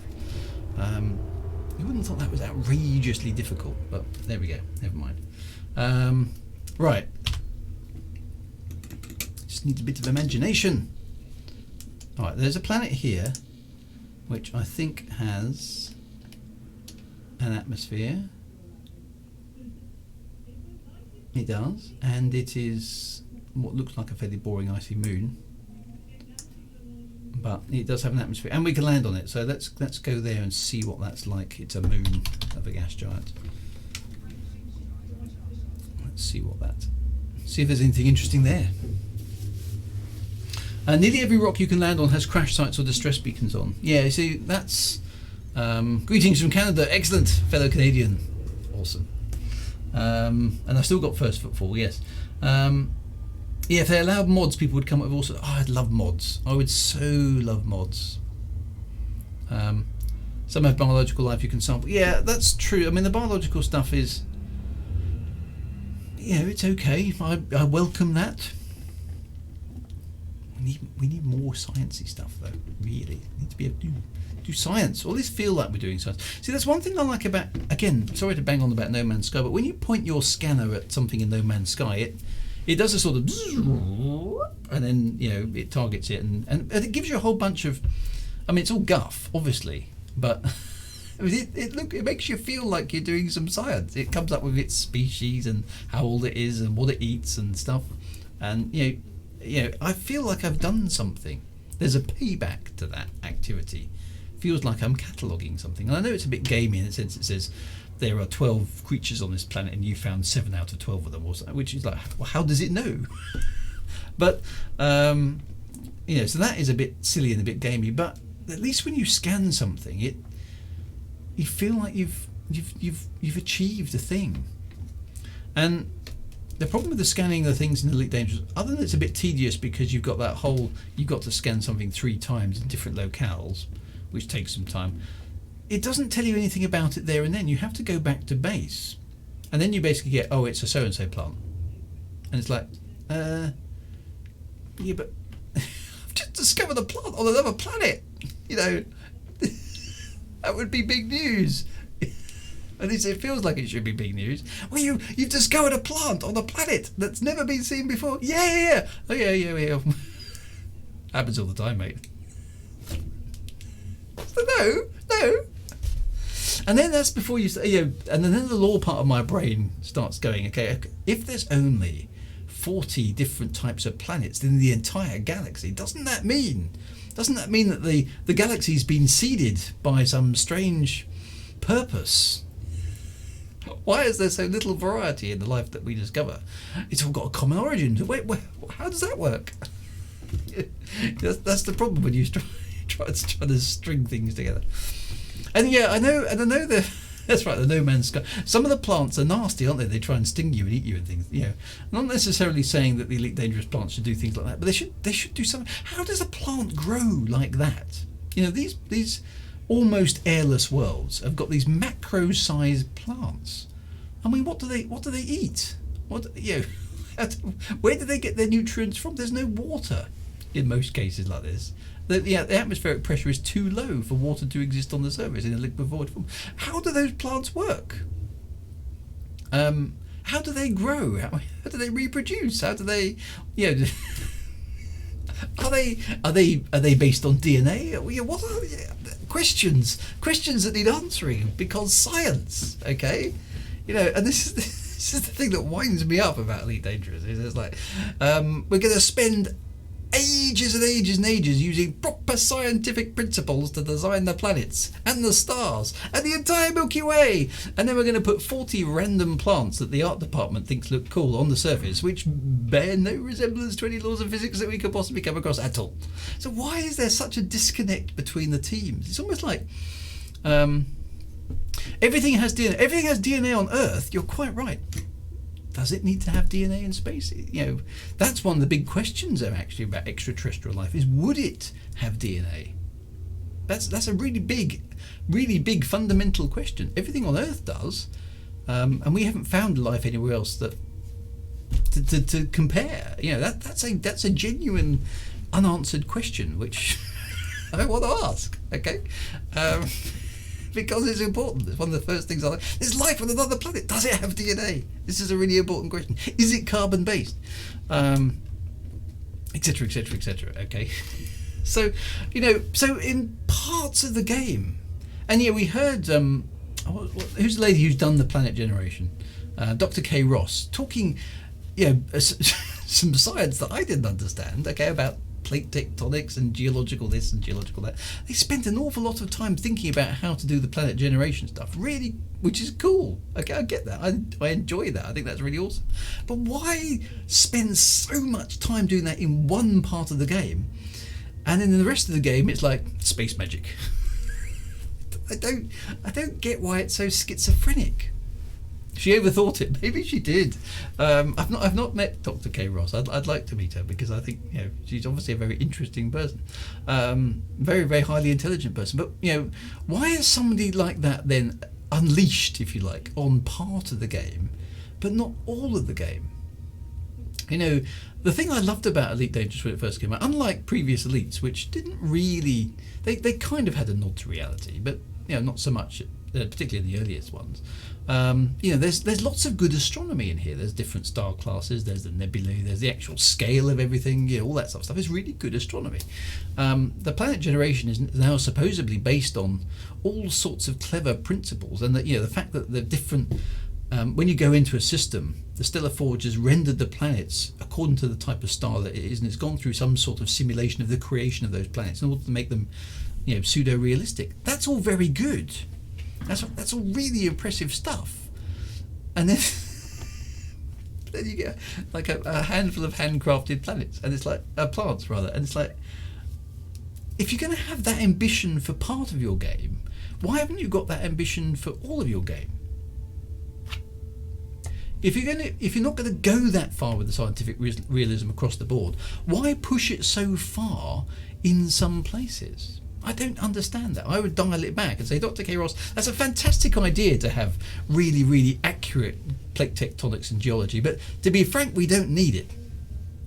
You know, what I'd like you to do is make it look interesting and cool and spacey, such that there's cool, funky stuff to discover out there. That'll do, okay? And then let's spend some more time making some funky procedurally generated plants, shall we? Yeah, okay. Is it that the game is not being managed, or that there are different teams doing different things and then they come together? What have you been doing this week? Well, I've worked out how to procedurally generate terrain using proper geological principles and astrophysical rules. Oh wow, that's awesome. What have you been doing this week? I painted some plants. What's going on? Maybe that's the problem. Maybe there isn't a coordinator. I don't know. I would love to know what's going on inside. You know, whether there's this one team which is like full of astrophysicists and PhD people, and then there's another team going, pink. I like pink. Pink's good. I don't know.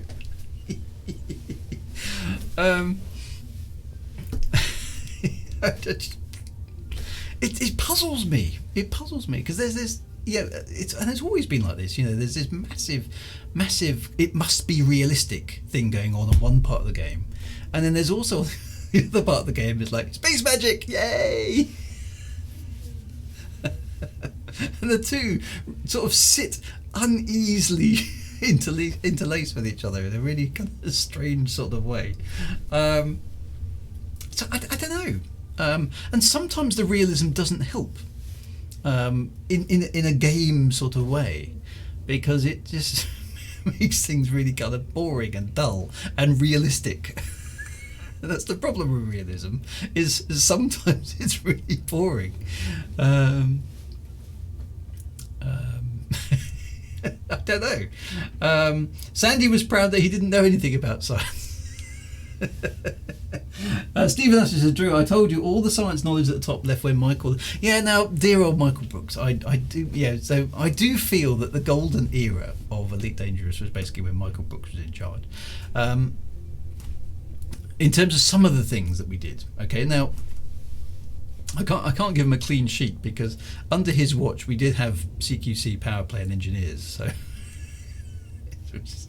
Not, in my personal humble opinion, the highlights of Elite Dangerous either. But the probes and the mysteries and things like the Guardians appearing, all that sort of stuff. Yeah, all good. Weird, wacky mysteries in the depths of space. That's what I want from a space game: is weird, wacky mysteries in the depths of space. More Star Trekky space anomaly stuff, please. Than, dare I say it, running on the ground, picking up things so that I can enhance my suit. So Michael, I don't think Michael's left Frontier. I believe he still works at Frontier, but he's not been involved in Elite since 2017, June. I think he left in June 2017 to go and work on the dinosaur stuff. And he hasn't been part of Elite Dangerous ever since. As far as I'm aware, I believe that's correct. So that's... And so from 2014 to 2017 is kind of the Michael Brooks era. Then we had sort of 2017 to, I don't know, when did Sandy leave? 2019? I think that was the sort of the Sandro Samarco era. And then after that, I don't know. I must admit, I don't know. Everybody who I used to know. So most of I wrote some books for Elite Dangerous. And I interacted with various devs and people there. Every single one of the devs that I worked with when I was writing books with Elite Dangerous, they've all gone. They've all moved on. Every single, apart from Michael Brooks, every single person that I worked with during the time I was actually writing stuff for Frontier, they've all moved on. They don't work for Frontier anymore. So all of that knowledge is not there now. The people who are now looking on after Elite Dangerous, I don't know if they have actually got working knowledge of what went before, other than any sort of notes that were handed in by by the people who left, because they may not. I look at the community managers, and unsurprisingly, they are people who are younger than me, and that's not difficult. But none of them have grown up with Elite and know that hand on heart the entire history of the thing. They just don't. They're too. Dare I say it? They're too young. Now that's not saying that Elite should be run by people like my age, but it would probably be good to have a few of them on retainer. Just as consultants, I would say. Is there anything in Elite that is relevant to this? Well, you forgot about the. I don't know. I mean, what do you guys think? I mean,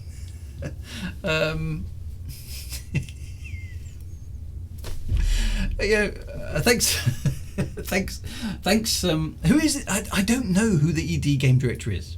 They were very obvious. Sandro was very in your face, not in a bad way, in a good way. So was Michael Brooks. He was popping up on the forum saying, "Mystery. I'm not telling you anything. There will be no clues." He was just doing stuff like he was cool. That was good. Sandro had his hat and his loach thing, and did stuff. He was a big power play guy, wasn't he, Sandro? But I don't know who's looking after it now. And then we've got Odyssey, which I like the planet surface stuff wandering around as you've seen it. We've had a bit of fun doing that this evening. The FPS stuff doesn't work for me yet. I can't play it. It doesn't, and I'm not very good at FPSs anyway. And to me, I know and this is interesting to me. David Braben's always been talking about, it was always a vision of Elite to step out onto the surface as a player. To be honest, that surprises me, because I don't believe him. To be frank, Elite has always been about spaceships. It's always been about that sort of stuff. I'm not convinced that's actually quite true. I think that vision has been retrofitted in the direction of travel. Personally, anyway, we're finally catching up with this planet. So, but no, I don't know who the producer is. And I feel sorry for the community managers, actually, because I think they've got a rotten job, because they've got to kind of work with the community, and some of us, dare I say, do know the game better than they do, because we've played it.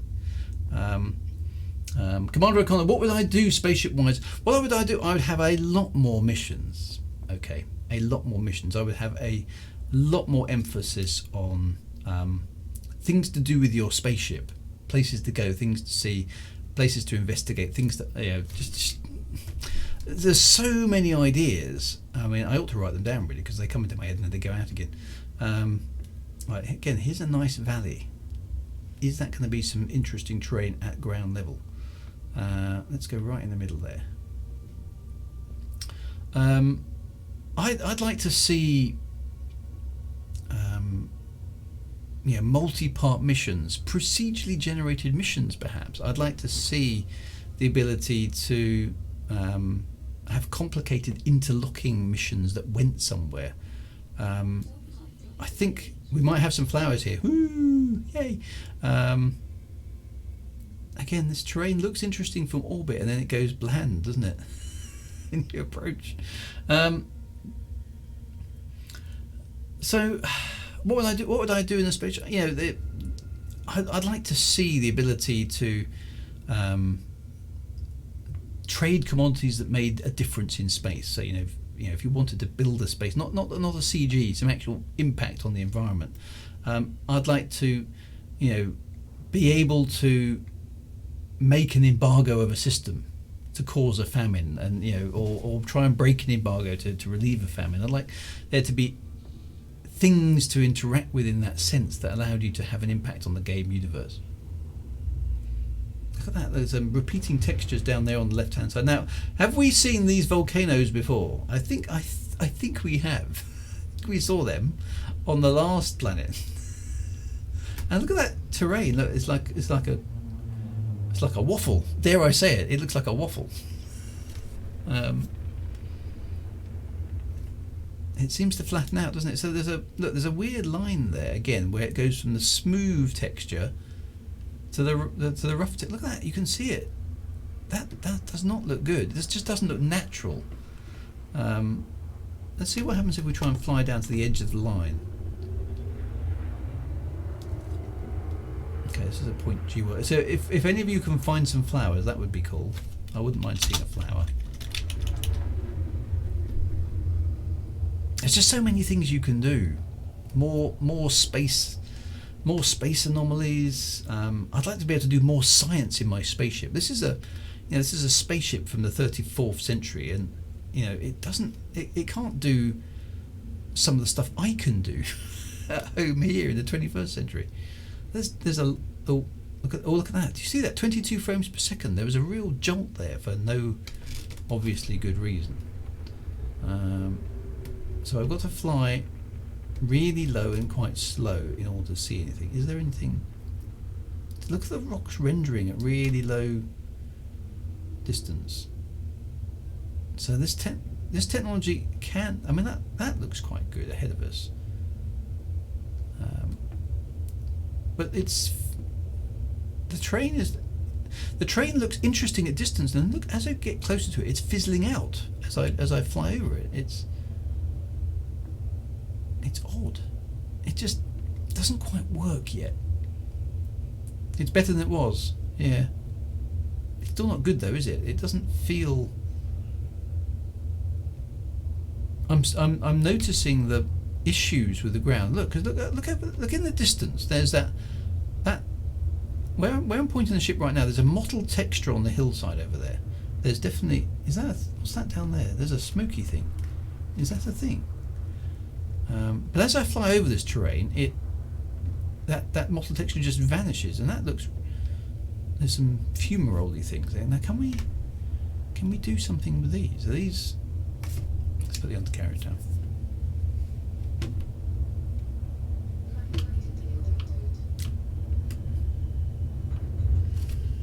Let's leave the bit without lights on.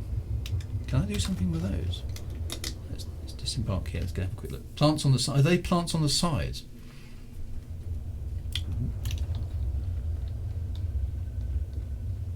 Have we found some stuff? Yeah, look, first footfall again.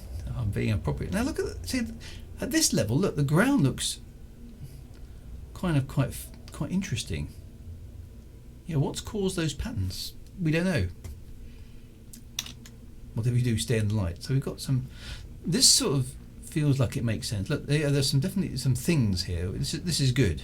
Okay. Like a fumarole. This, I suppose, sort of makes sense from a plant perspective because look, there is a power source.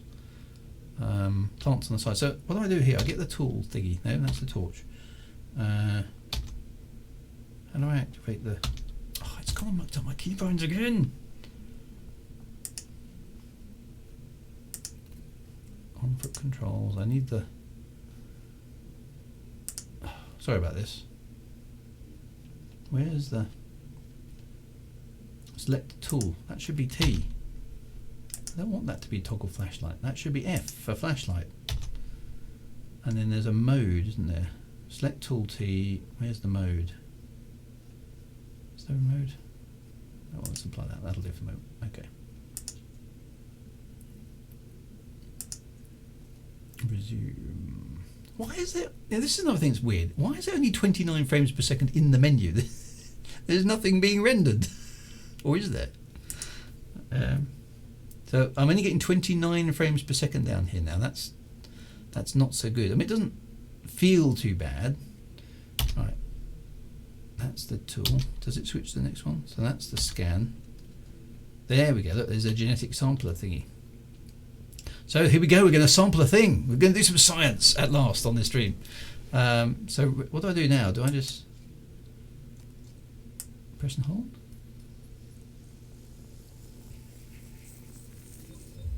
Oh, so it still has the same graphic. It just does it for you. So it's even simpler than before.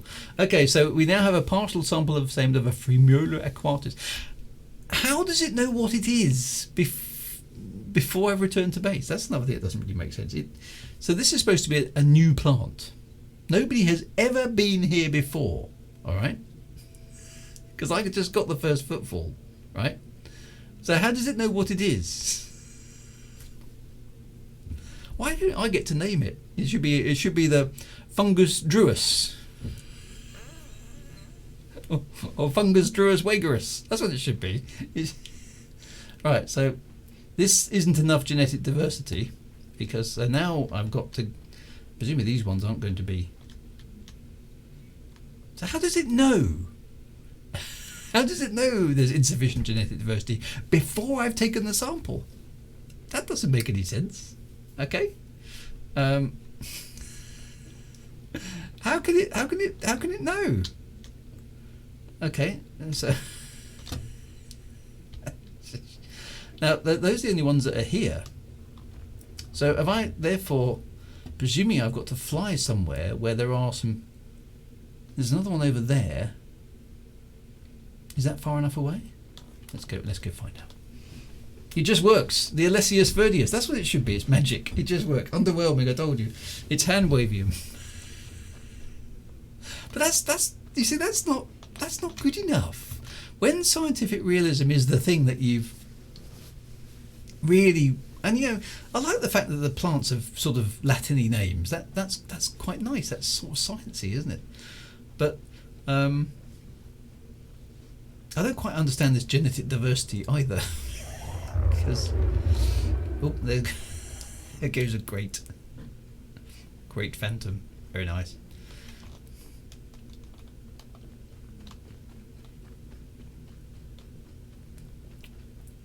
I wonder if this one's going to be far enough away. It works on a quantum level. The team have zero idea of science, but yeah, you see, on some things they're good, and some things are just... That's not how science works, guys.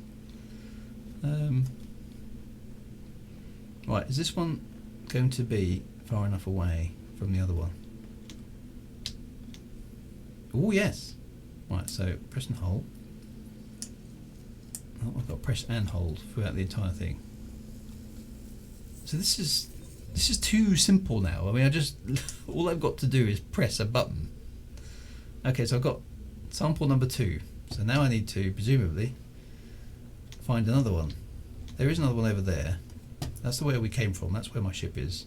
Where you guys are mucking about over there. So let's go down there. Is that one far enough away? Let's find out.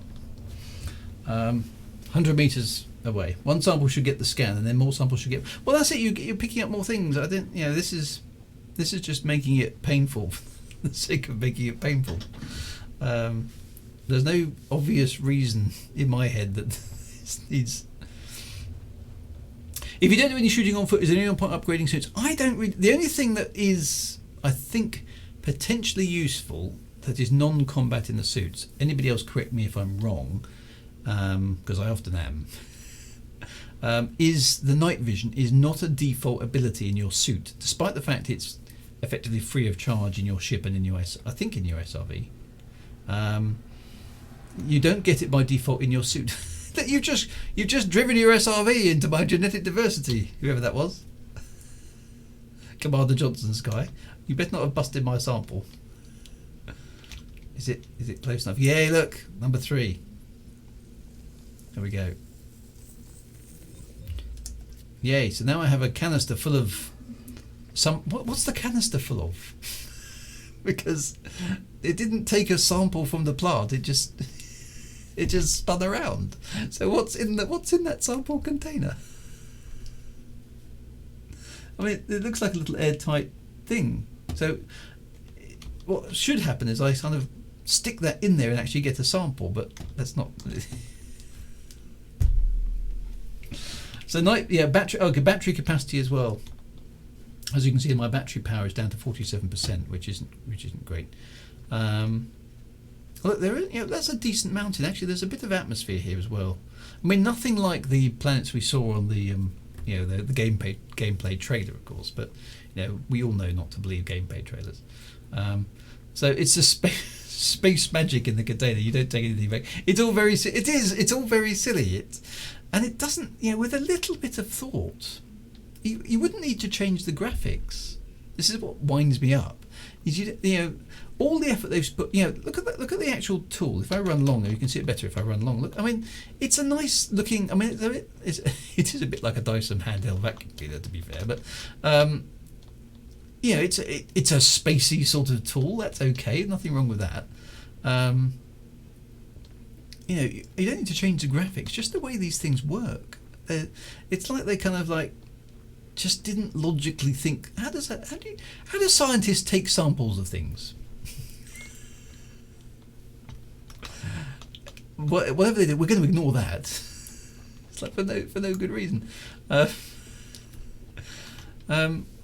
So I'm not saying, you know, there's nothing wrong with the graphic. Even that spinny thing. I mean, I hadn't realised that straight away. I think it might have been Stephen Usher, I think, if it was, or somebody else on the stream, who actually pointed out it was actually based on some actual real science. There's a thing called a blast image ring or something, and the spinny thing is based on that, and that's really good. I'm glad it's based on some actual kind of real sciencey stuff.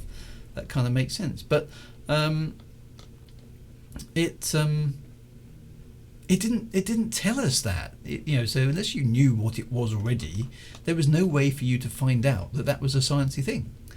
And so now I've got this sample. What do I do? Do I go back to the ship with it? See, I can't do anything with this information here. I think I have to go back to civilized space. It's not really science. It's based on some diagrams. Yeah. So there you go. Anyway, so we found that. Let's have a quick look around for anything else that might be here. At least we found some stuff. That was quite cool. Now again, look, watch what's happening here with the graphics. In the distance, there is a mottled effect on the ground, and as I fly over it, it just disappears. It's like it evaporates.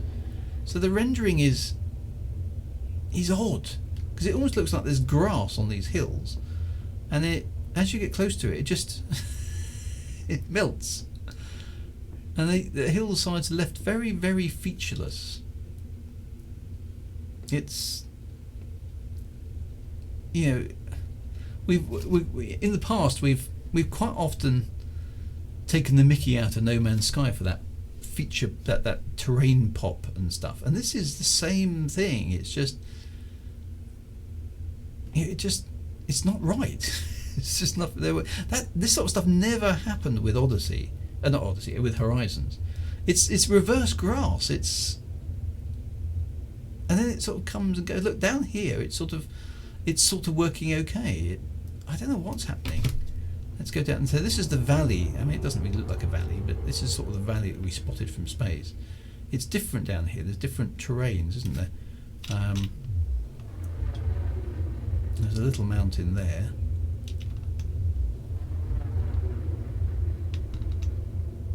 It's quite featureless though, as you can see.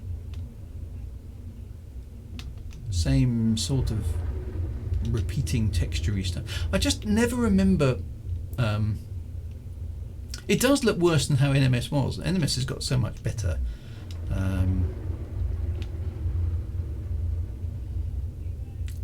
You know, and the Frontier. Look at that mountain there. Looks so pointy. That just that looks like a single polygon.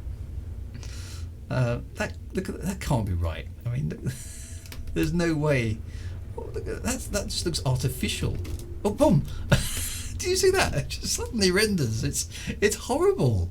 It doesn't. You can't fly around and have a look because things just do that. It's horrible. And you know, I'm not getting a frame rate issue there. I haven't run out of memory on my graphics card. It's got 2 GB of RAM left. So what's going wrong? It just, I don't know. But this, you know, I don't mind the exploration content per se. There's some more things down there. I think they're the same stuff as we've already seen. Yeah, they are. Let's just land here, just because. I'm pretty sure that's the same stuff, isn't it?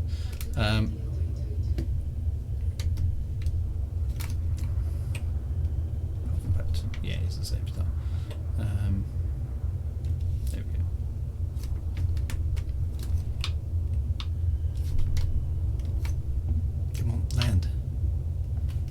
ground. There we go. Let's just see if similar things happen with the SRV when we're on this sort of planet. It's, I don't know what, there's some stuff, but yeah, my GPU there is saying it's 98% maxed out. The FPS is not great, but it's not outrageously bad. But that texture pop is thing. So maybe it's just a combination. And this is the thing, it's just inconsistent. Keep getting different results on different hardware. And now that mountain's rendered fine. It kind of looks okay, doesn't it? But let's just see. I don't know if I'll be able to get enough speed up in the SRV to see if that level of terrain thing. Yeah, look, you can still see it happening. Look, there's some black stuff. Let's see if we can get to the top of this rise. So there is some grass. let's call it space grass ahead of us, right? There is definitely space. You can see that, right? You can see space grass ahead of me. There is definitely space grass there. Now, if we drive forward into this terrain,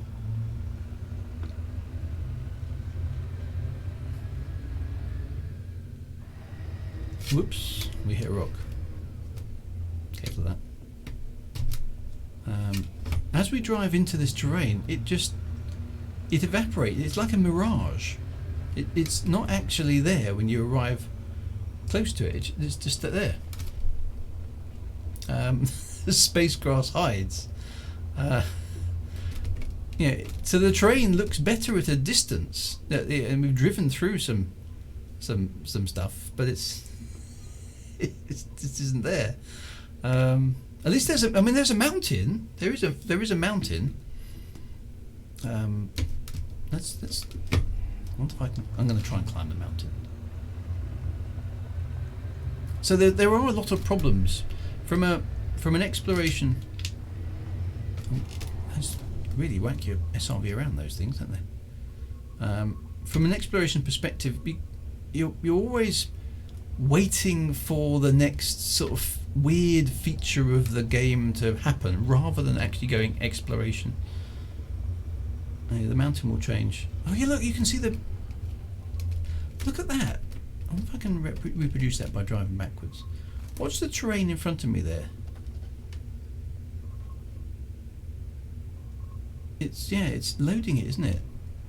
You kind of catch it. Sometimes it's the corner of your eye, sometimes it's directly in front of you.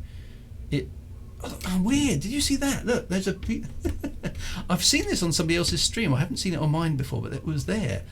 Just up here, just above where I'm pointing, there's a patch of ground there that as I went backwards it sort of sunk. There it goes. Look, can you see that? It's sort of it goes up and down. Yeah, look, it's rising again. So if I go backwards, it rises up. And as I go forward, it sinks into the ground. Why would that be? That's really odd. So backwards, it rises up. Look, it's like it's inflating. And then as you drive forward, it sinks into itself. Yeah, it's just... that's just...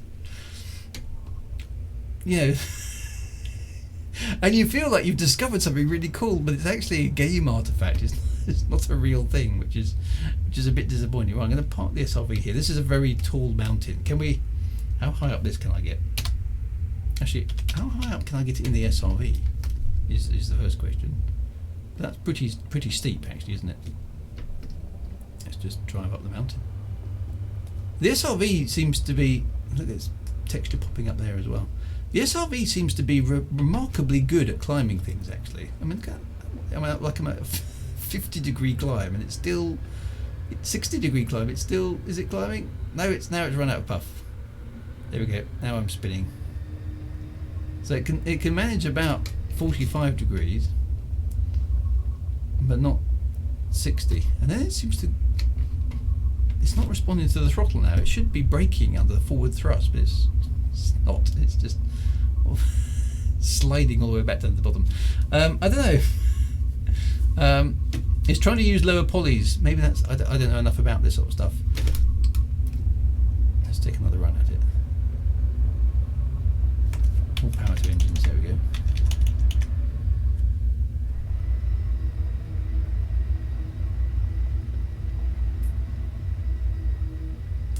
bit further this time. Is it going to be enough?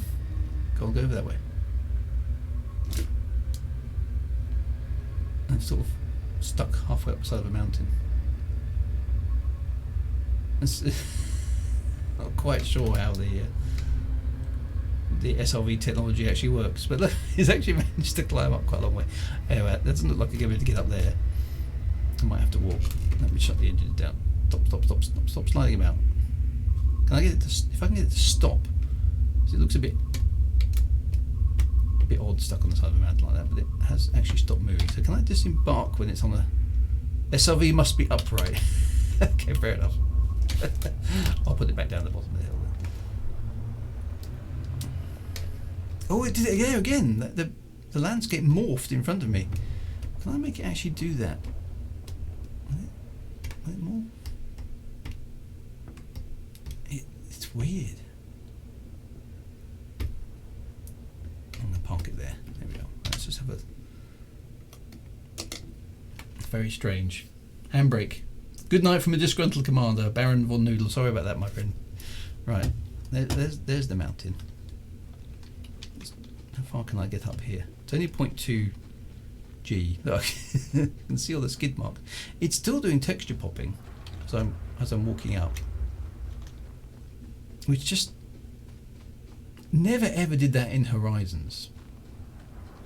I mean, if it wasn't doing that, it would look quite good, but that pop is so...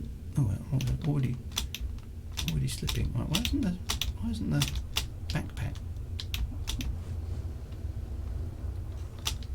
See, more backpack capacity would be a good thing, that's for sure. Okay, let's see if I can get to the top of this section. Someone's shining a very bright light on me, which is very, very... Maybe sandworms, sandworms would be good. Right. So you can sort of use your backpack to fly up. Although, look, the SRV got higher than this. I'm already struggling to make my way up here on foot, but the SRV did actually manage to get higher than this. I just want to get to the top of this mountain now, because it's there. So I feel like I should... That's nothing... Climbing, you know, should they be... They must be aware of the terrain. Oh, you'd have thought so. Yeah. 31 frames per second. Up. Come on. We can do this. Get to the top of the mountain.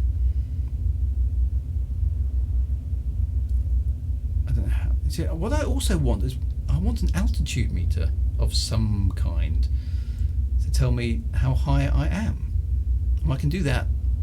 I mean, I know there's not GPS around every single planet, but yeah, we've got latitude and longitude. Why can't I have mean altitude using some sciencey stuff? It's little things like that will help the exploration dynamic. Oh, I've just climbed a mountain that is so high, or well, now it's there we go. So I can sort of use the backpack to boost me up. There we go. I must be near the top of the mountain now, surely. It's quite hard to get a sense of scale, which is actually quite good. You know, having climbed a few mountains in my time, that's sort of correct. Am I near? I must be near the summit. There we go. Look, I think I am. Right, let's have a quick look around. Oh, I'm not near the summit yet. Someone's there. I'm falling off. There, don't do that. I'm not quite near the top. What I haven't got here also is I haven't got, like in the SRV, I haven't got a thing that gives me my orientation, how, you know, what upright I am. I need those degree marker things that you get in the SRV would be jolly handy in the suit. There we go. Look, I've reached the top. I have stood on top of the mountain. Here we go. Yay! Hello, Commander Helmet Crokenbug. You know, the instancing is working really well. Look, you know, all the ships are doing what. But look at that. There's all the magic grass. There's an anaconda there, just floating away. And come on, everyone's here, and the stuff. So let me now. Of course, the trick is, can I jump on the anaconda? Of course I can. Look at the view. There's the view down. Now, presumably I've got to try this. So what happens if I? Can I get onto? Come on. Yes. No. I almost did that. I'm going to try that again. Almost almost jumped onto the anaconda. Okay, ready? Yay! I've definitely got. So you could do crazy things like this. Yeah, why can't I plant a flag? Okay, so there's a nice advert for Distant Worlds. That's the original Distant Worlds as well, isn't it? Is it 3303? Or is that Distant Worlds 2? No, it's Distant Worlds 2, isn't it? Take him into space. You'll die as soon as the ship moves. No, so that's no good. Can I actually see the command? Look, so I can actually see. So that's very cool. Why can't I give him an 07? Hope he doesn't mind me walking around on top of his ship. Gives you a sense of scale of the ship. This is all good. I like this. You know. Let's hope he keeps his ship. I'm going to jump off the back. Now there we go. Sort of in free fall. There's my ship down there. There's my SRV. We're now dropping. Look at the there goes the. There goes the FPS. But it is working. So. Oh, I think I hurt myself. Ouch. I didn't put the thrusters on. But yeah, that sort of stuff doesn't work. I can climb mountains and jump off chasms and things. So there's lots of potential there. Just needs more thought on the gameplay. And these horrible graphical bugs fixed. They really do need to be fixed. Yeah, I can see having a lot of fun with exploration, but all the time it's detracting from that sense of actually being there. Did I hurt a cat? Sorry. No, I didn't. There's a cat. That's my cat. It's outside the door. It obviously wants to go out, so I'm going to have to go. I'm afraid. The stream is tanky as well, so I'm not sure. I haven't noticed that myself, so I think that's probably my crappy internet. But anyway, we have done some science, sort of. We've scanned a plant, and we have. And look, we've actually got a nice sort of vaguely blue effect in the air there. So there's a little bit of atmospherics there. There's some fumaroles or something. They do look a bit plonked on the surface, don't they? But I've walked across an anaconda and I've jumped off a space mountain. So we have done some things. First footfall. Now I've got my no, I haven't got my SRV stuck. There we go. Just want to go forward slowly. This is always my complaint with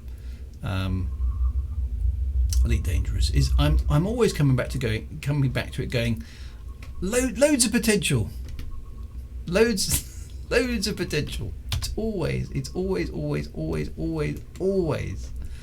loads of potential. Has potential. It just, why can't we ever get that potential fulfilled? The spaceship game is brilliant up to a point. The missions, it just needs to be finished. Stop making foundations and stop making potential and make the damn thing. What can I say?